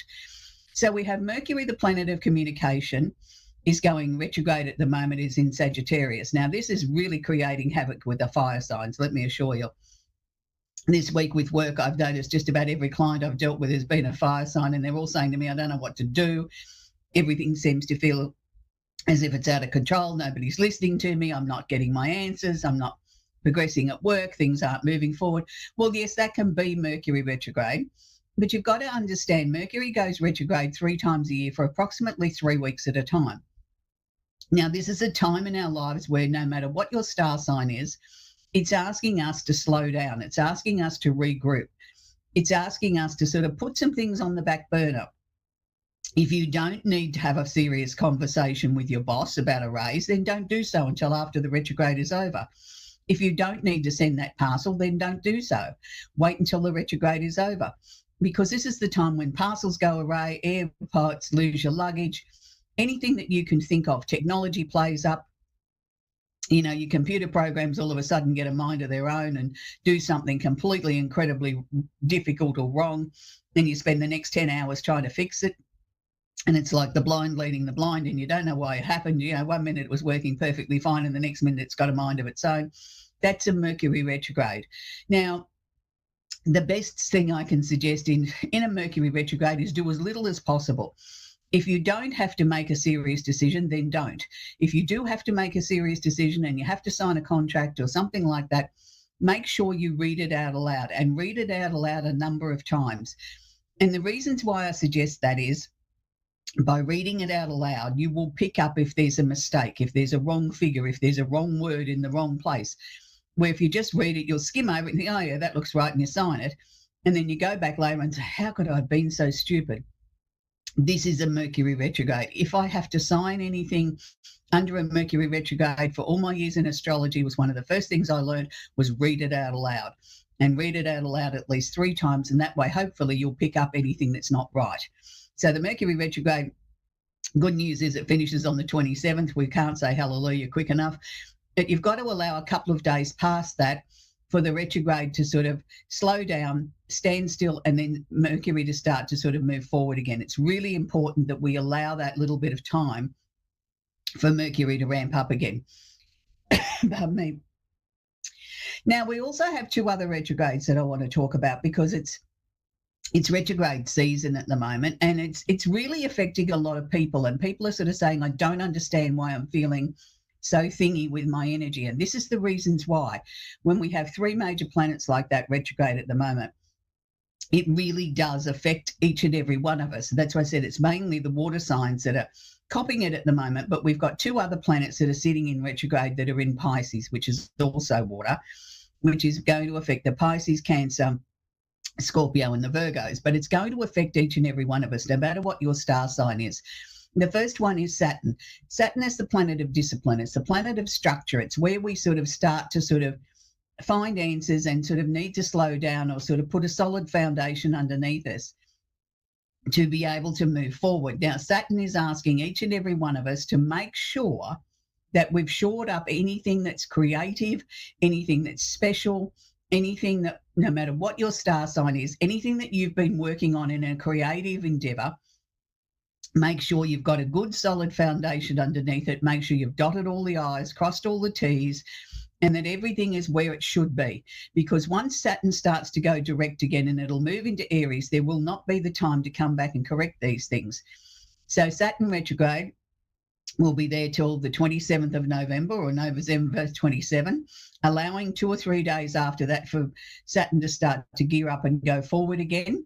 But it's a really important time. And I've noticed with a lot of my Pisces clients, some people have had silly little accidents, broken a bone or done something to slow them down. So obviously this was Saturn's way of saying, hang on a minute, you haven't quite completed what the lessons were, and I've taken the opportunity away from you. You've got to sit there now and contemplate your navel and understand what it is that you've missed or you haven't completed yet. So you don't want to be in that category.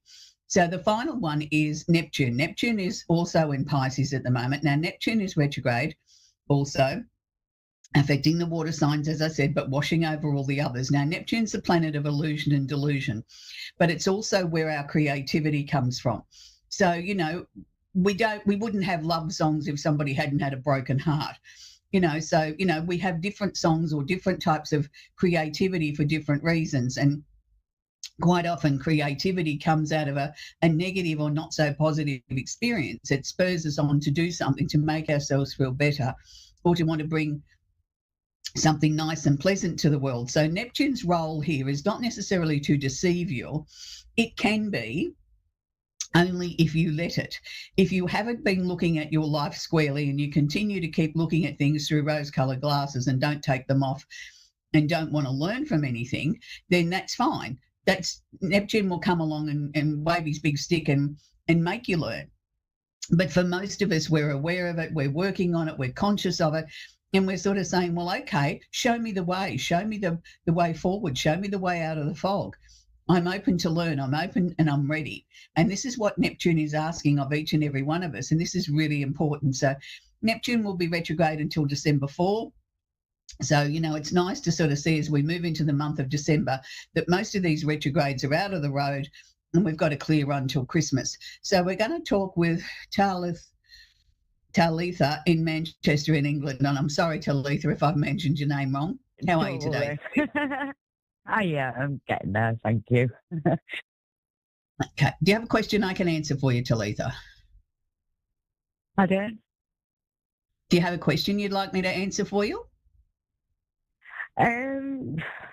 Just if there's any spirit messages coming through, really, about a bit going on. I just wanted to see if there was anything. Yeah. Okay. In such a short time that we've got on the show, spirit doesn't always sort of come through and say, hey, I'm here and I'm Uncle Fred or whoever. They quite often just give me sort of little snippets of things that if you haven't got a direct question, they'll just sort of throw different things at me. And that's why I always ask to see whether you've got a direct question, so I make sure I address why you phoned into the show.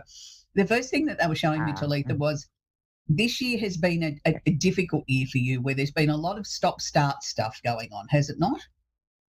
Yeah. And they're showing me that's now coming to an end. It was a very clear, this will come to an end at the end of this month, and you can exhale and go, oh, thank goodness, I can sort of finally feel like I can breathe. I finally feel like I can start to make plans and things will start to come right. And that's a good thing. It hasn't been a punishment. I want to be very clear on that. It has not been a punishment. It was just that you got so clever and you got a little bit ahead of where you should have been in your life that they had to slow you up. So it was sort of like you got to the bus stop 2 hours early. So they had to slow you up. I got that, yeah. Yeah, and I mean, sometimes that's frustrating because we work so hard to try and work with spirit and, understand our energies and what they're trying to share with us and sort of, and then you go ahead and get ahead of the bus timetable. You think, well, that wasn't much fun. I've had this stop-start, but they're showing me 2026 is going to be a lot clearer. They're also showing me a very, very ginormous pink heart. So does that mean that you're looking for love? It's a tough one with the love side of things. Like, I'm single, but I wanted to eventually settle down with someone, yeah. Yeah, well, they're showing me an oversized pink heart. Normally when they do that, that usually is their symbol to me of new love coming in. So I'm certainly going to say, write your list of what you want and don't leave anything out. If you want a man with his own teeth, say so. If you want him to have a certain hair colour, say so. No, but you've got to be precise. Otherwise, the universe doesn't know what you want. We don't go to the supermarket and just get the trolley and willy-nilly throw products in there. We stop, we look, we think, we do our meal planning. So we've got to look at it in the same way. What sort of person do I want in my life? What sort of person is going to complement me? Somebody that I can enjoy being with and have loads of fun with, because, being in love has got to be about fun too. It can't always be about serious stuff. So there's certainly somebody coming in around March next year. I'm going to say I've got a funny feeling that he feels familiar. I'm not saying necessarily somebody you've dated before, but somebody that you knew or you knew of. There's a familiar feel around this man. It's not like a brand new situation. And I'm feeling very, very comfortable with it. He's got a nice smile. Now, don't laugh when I say this, but I'd like to see him get his teeth fixed. Yeah. He's got such a smile and he's got crooked teeth. He needs, if he got them fixed, straightened up a bit, I think his smile would be absolutely magnificent.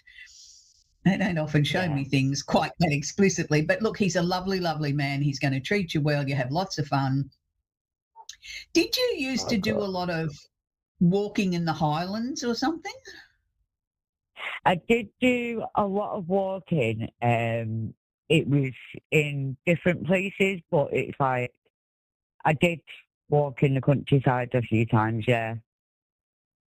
They're showing me a lot of walks in the countryside together and, having a picnic and things like that. I wouldn't think that would be the sort of thing I'd want to do in the middle of winter, but, like as the weather warms up, you sort of, you do lots of different things, but he likes to sort of get out in the fresh air and stand on top of the mountain sort of thing and say, isn't this wonderful? So I think there's going to be a very varied and wonderful relationship there. But anyway, Talitha, enjoy what's coming your way and just know that you've been a bit ahead of the bus timetable, and that's why they had to slow you up this year, sweetie. Yeah, definitely. Okay, darling, that's where we're going to leave it. You're very welcome. Have a nice Christmas. We're going to talk with Patricia now in Bayboro in North Carolina. Are you there, Patricia? I am here. Do you have a question I can answer for you, please, Patricia? I am just wondering what my professional career looks like. Okay. All right. I just want to be very clear. They never show me actually what people do for a living. They just show me symbolism around, whether the job's right for you or whether you should change. It's interesting because what's coming up around you is I feel you're bored with what you're doing. That's what they're showing me. It's sort of like there's no excitement in it anymore. There's nothing that makes me get excited to get out of bed, and I can't wait to get, because I'm really excited about today's projects. So having said that, look, sometimes that's a good place to be while we sort of regroup. You know, sometimes I think we're too busy trying to look for the next Mount Everest to climb that we don't sort of stay where we are and just enjoy the time, you know, basking in the glory for a little while. And that's what I want to see you do, because I feel after March next year, I think things are going to ramp up again, and you're going to start to get itchy feet again and think, what fixed? But up until then, I want to see you sort of just bask in the glory a little bit. You know what I mean? Like, give yourself a little bit of a break. You don't always have to be in top gear. You know, we can slow down a little bit, enjoy the festive season, enjoy your family. And that's important because you give so much to everybody else, Patricia, but you never give to yourself. And I want you now to be the first in the queue. I'm trying. And that's really important. Yeah, I know. And it's hard. Yeah. It's hard when you've always been such a giver to turn around and put yourself at the front of the queue, because it's always, you see somebody else has a greater need than you.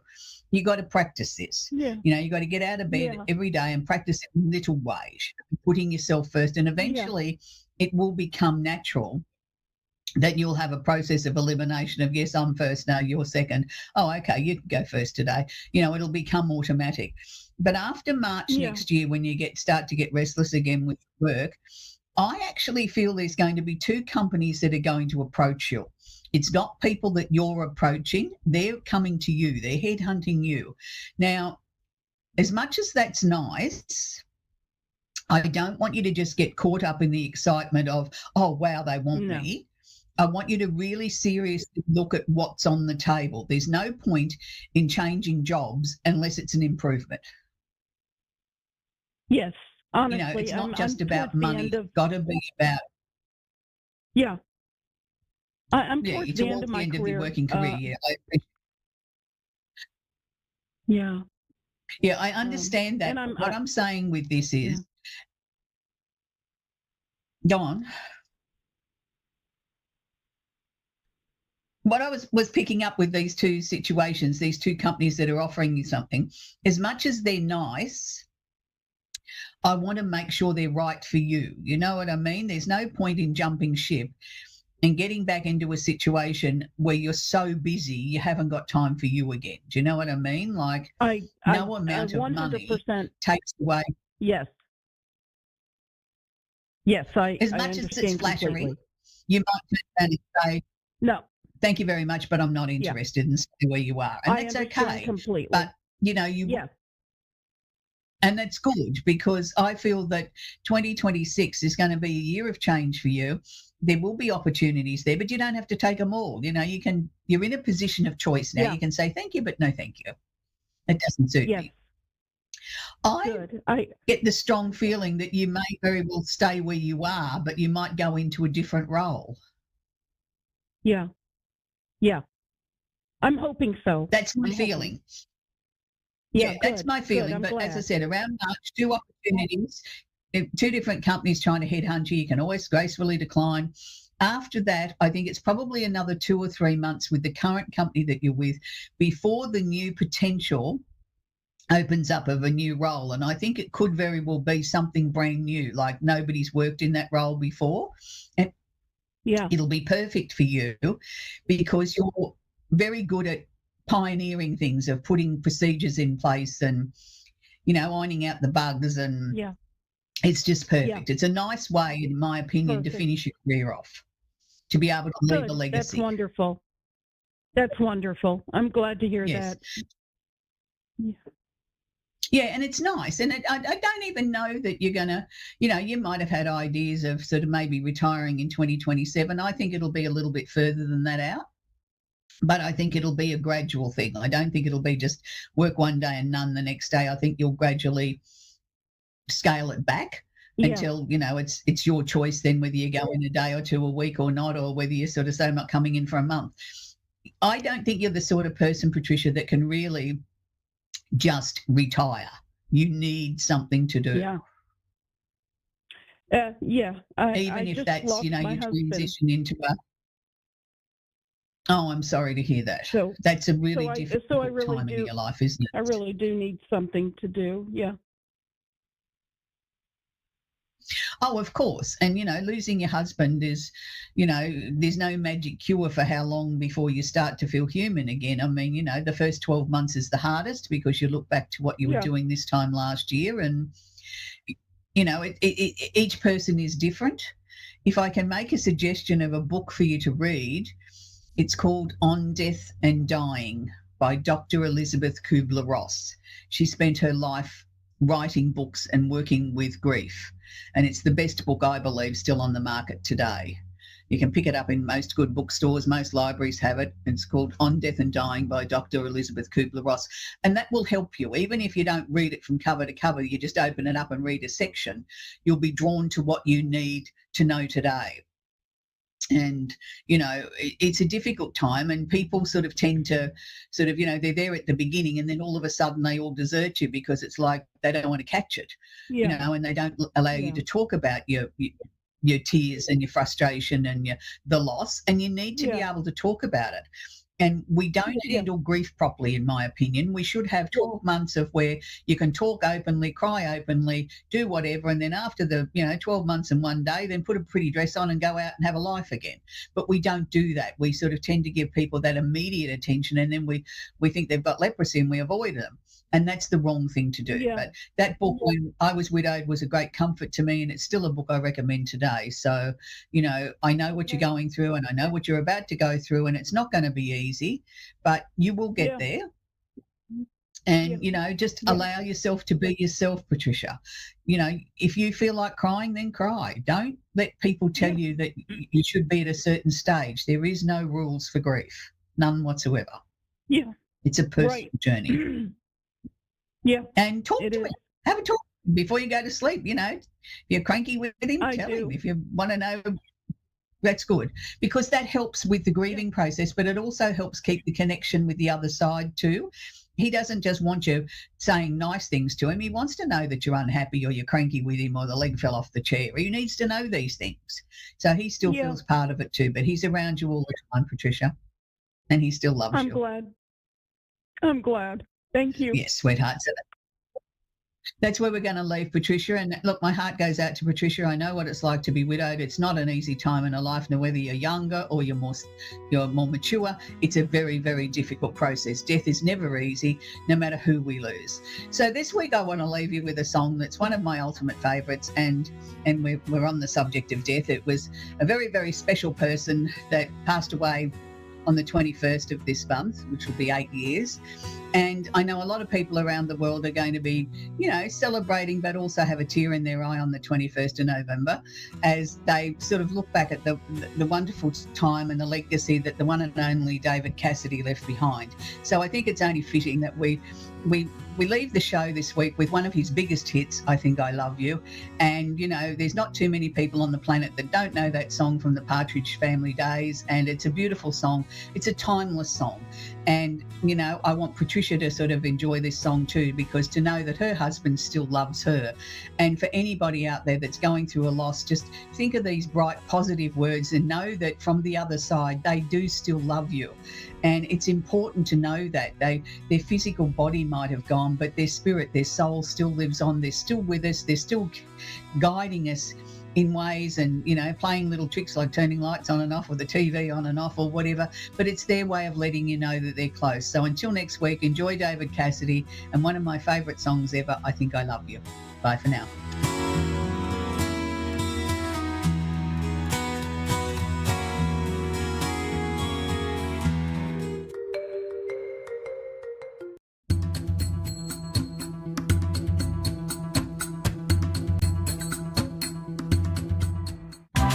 Happy Tuesday, everyone, from Houston, Texas.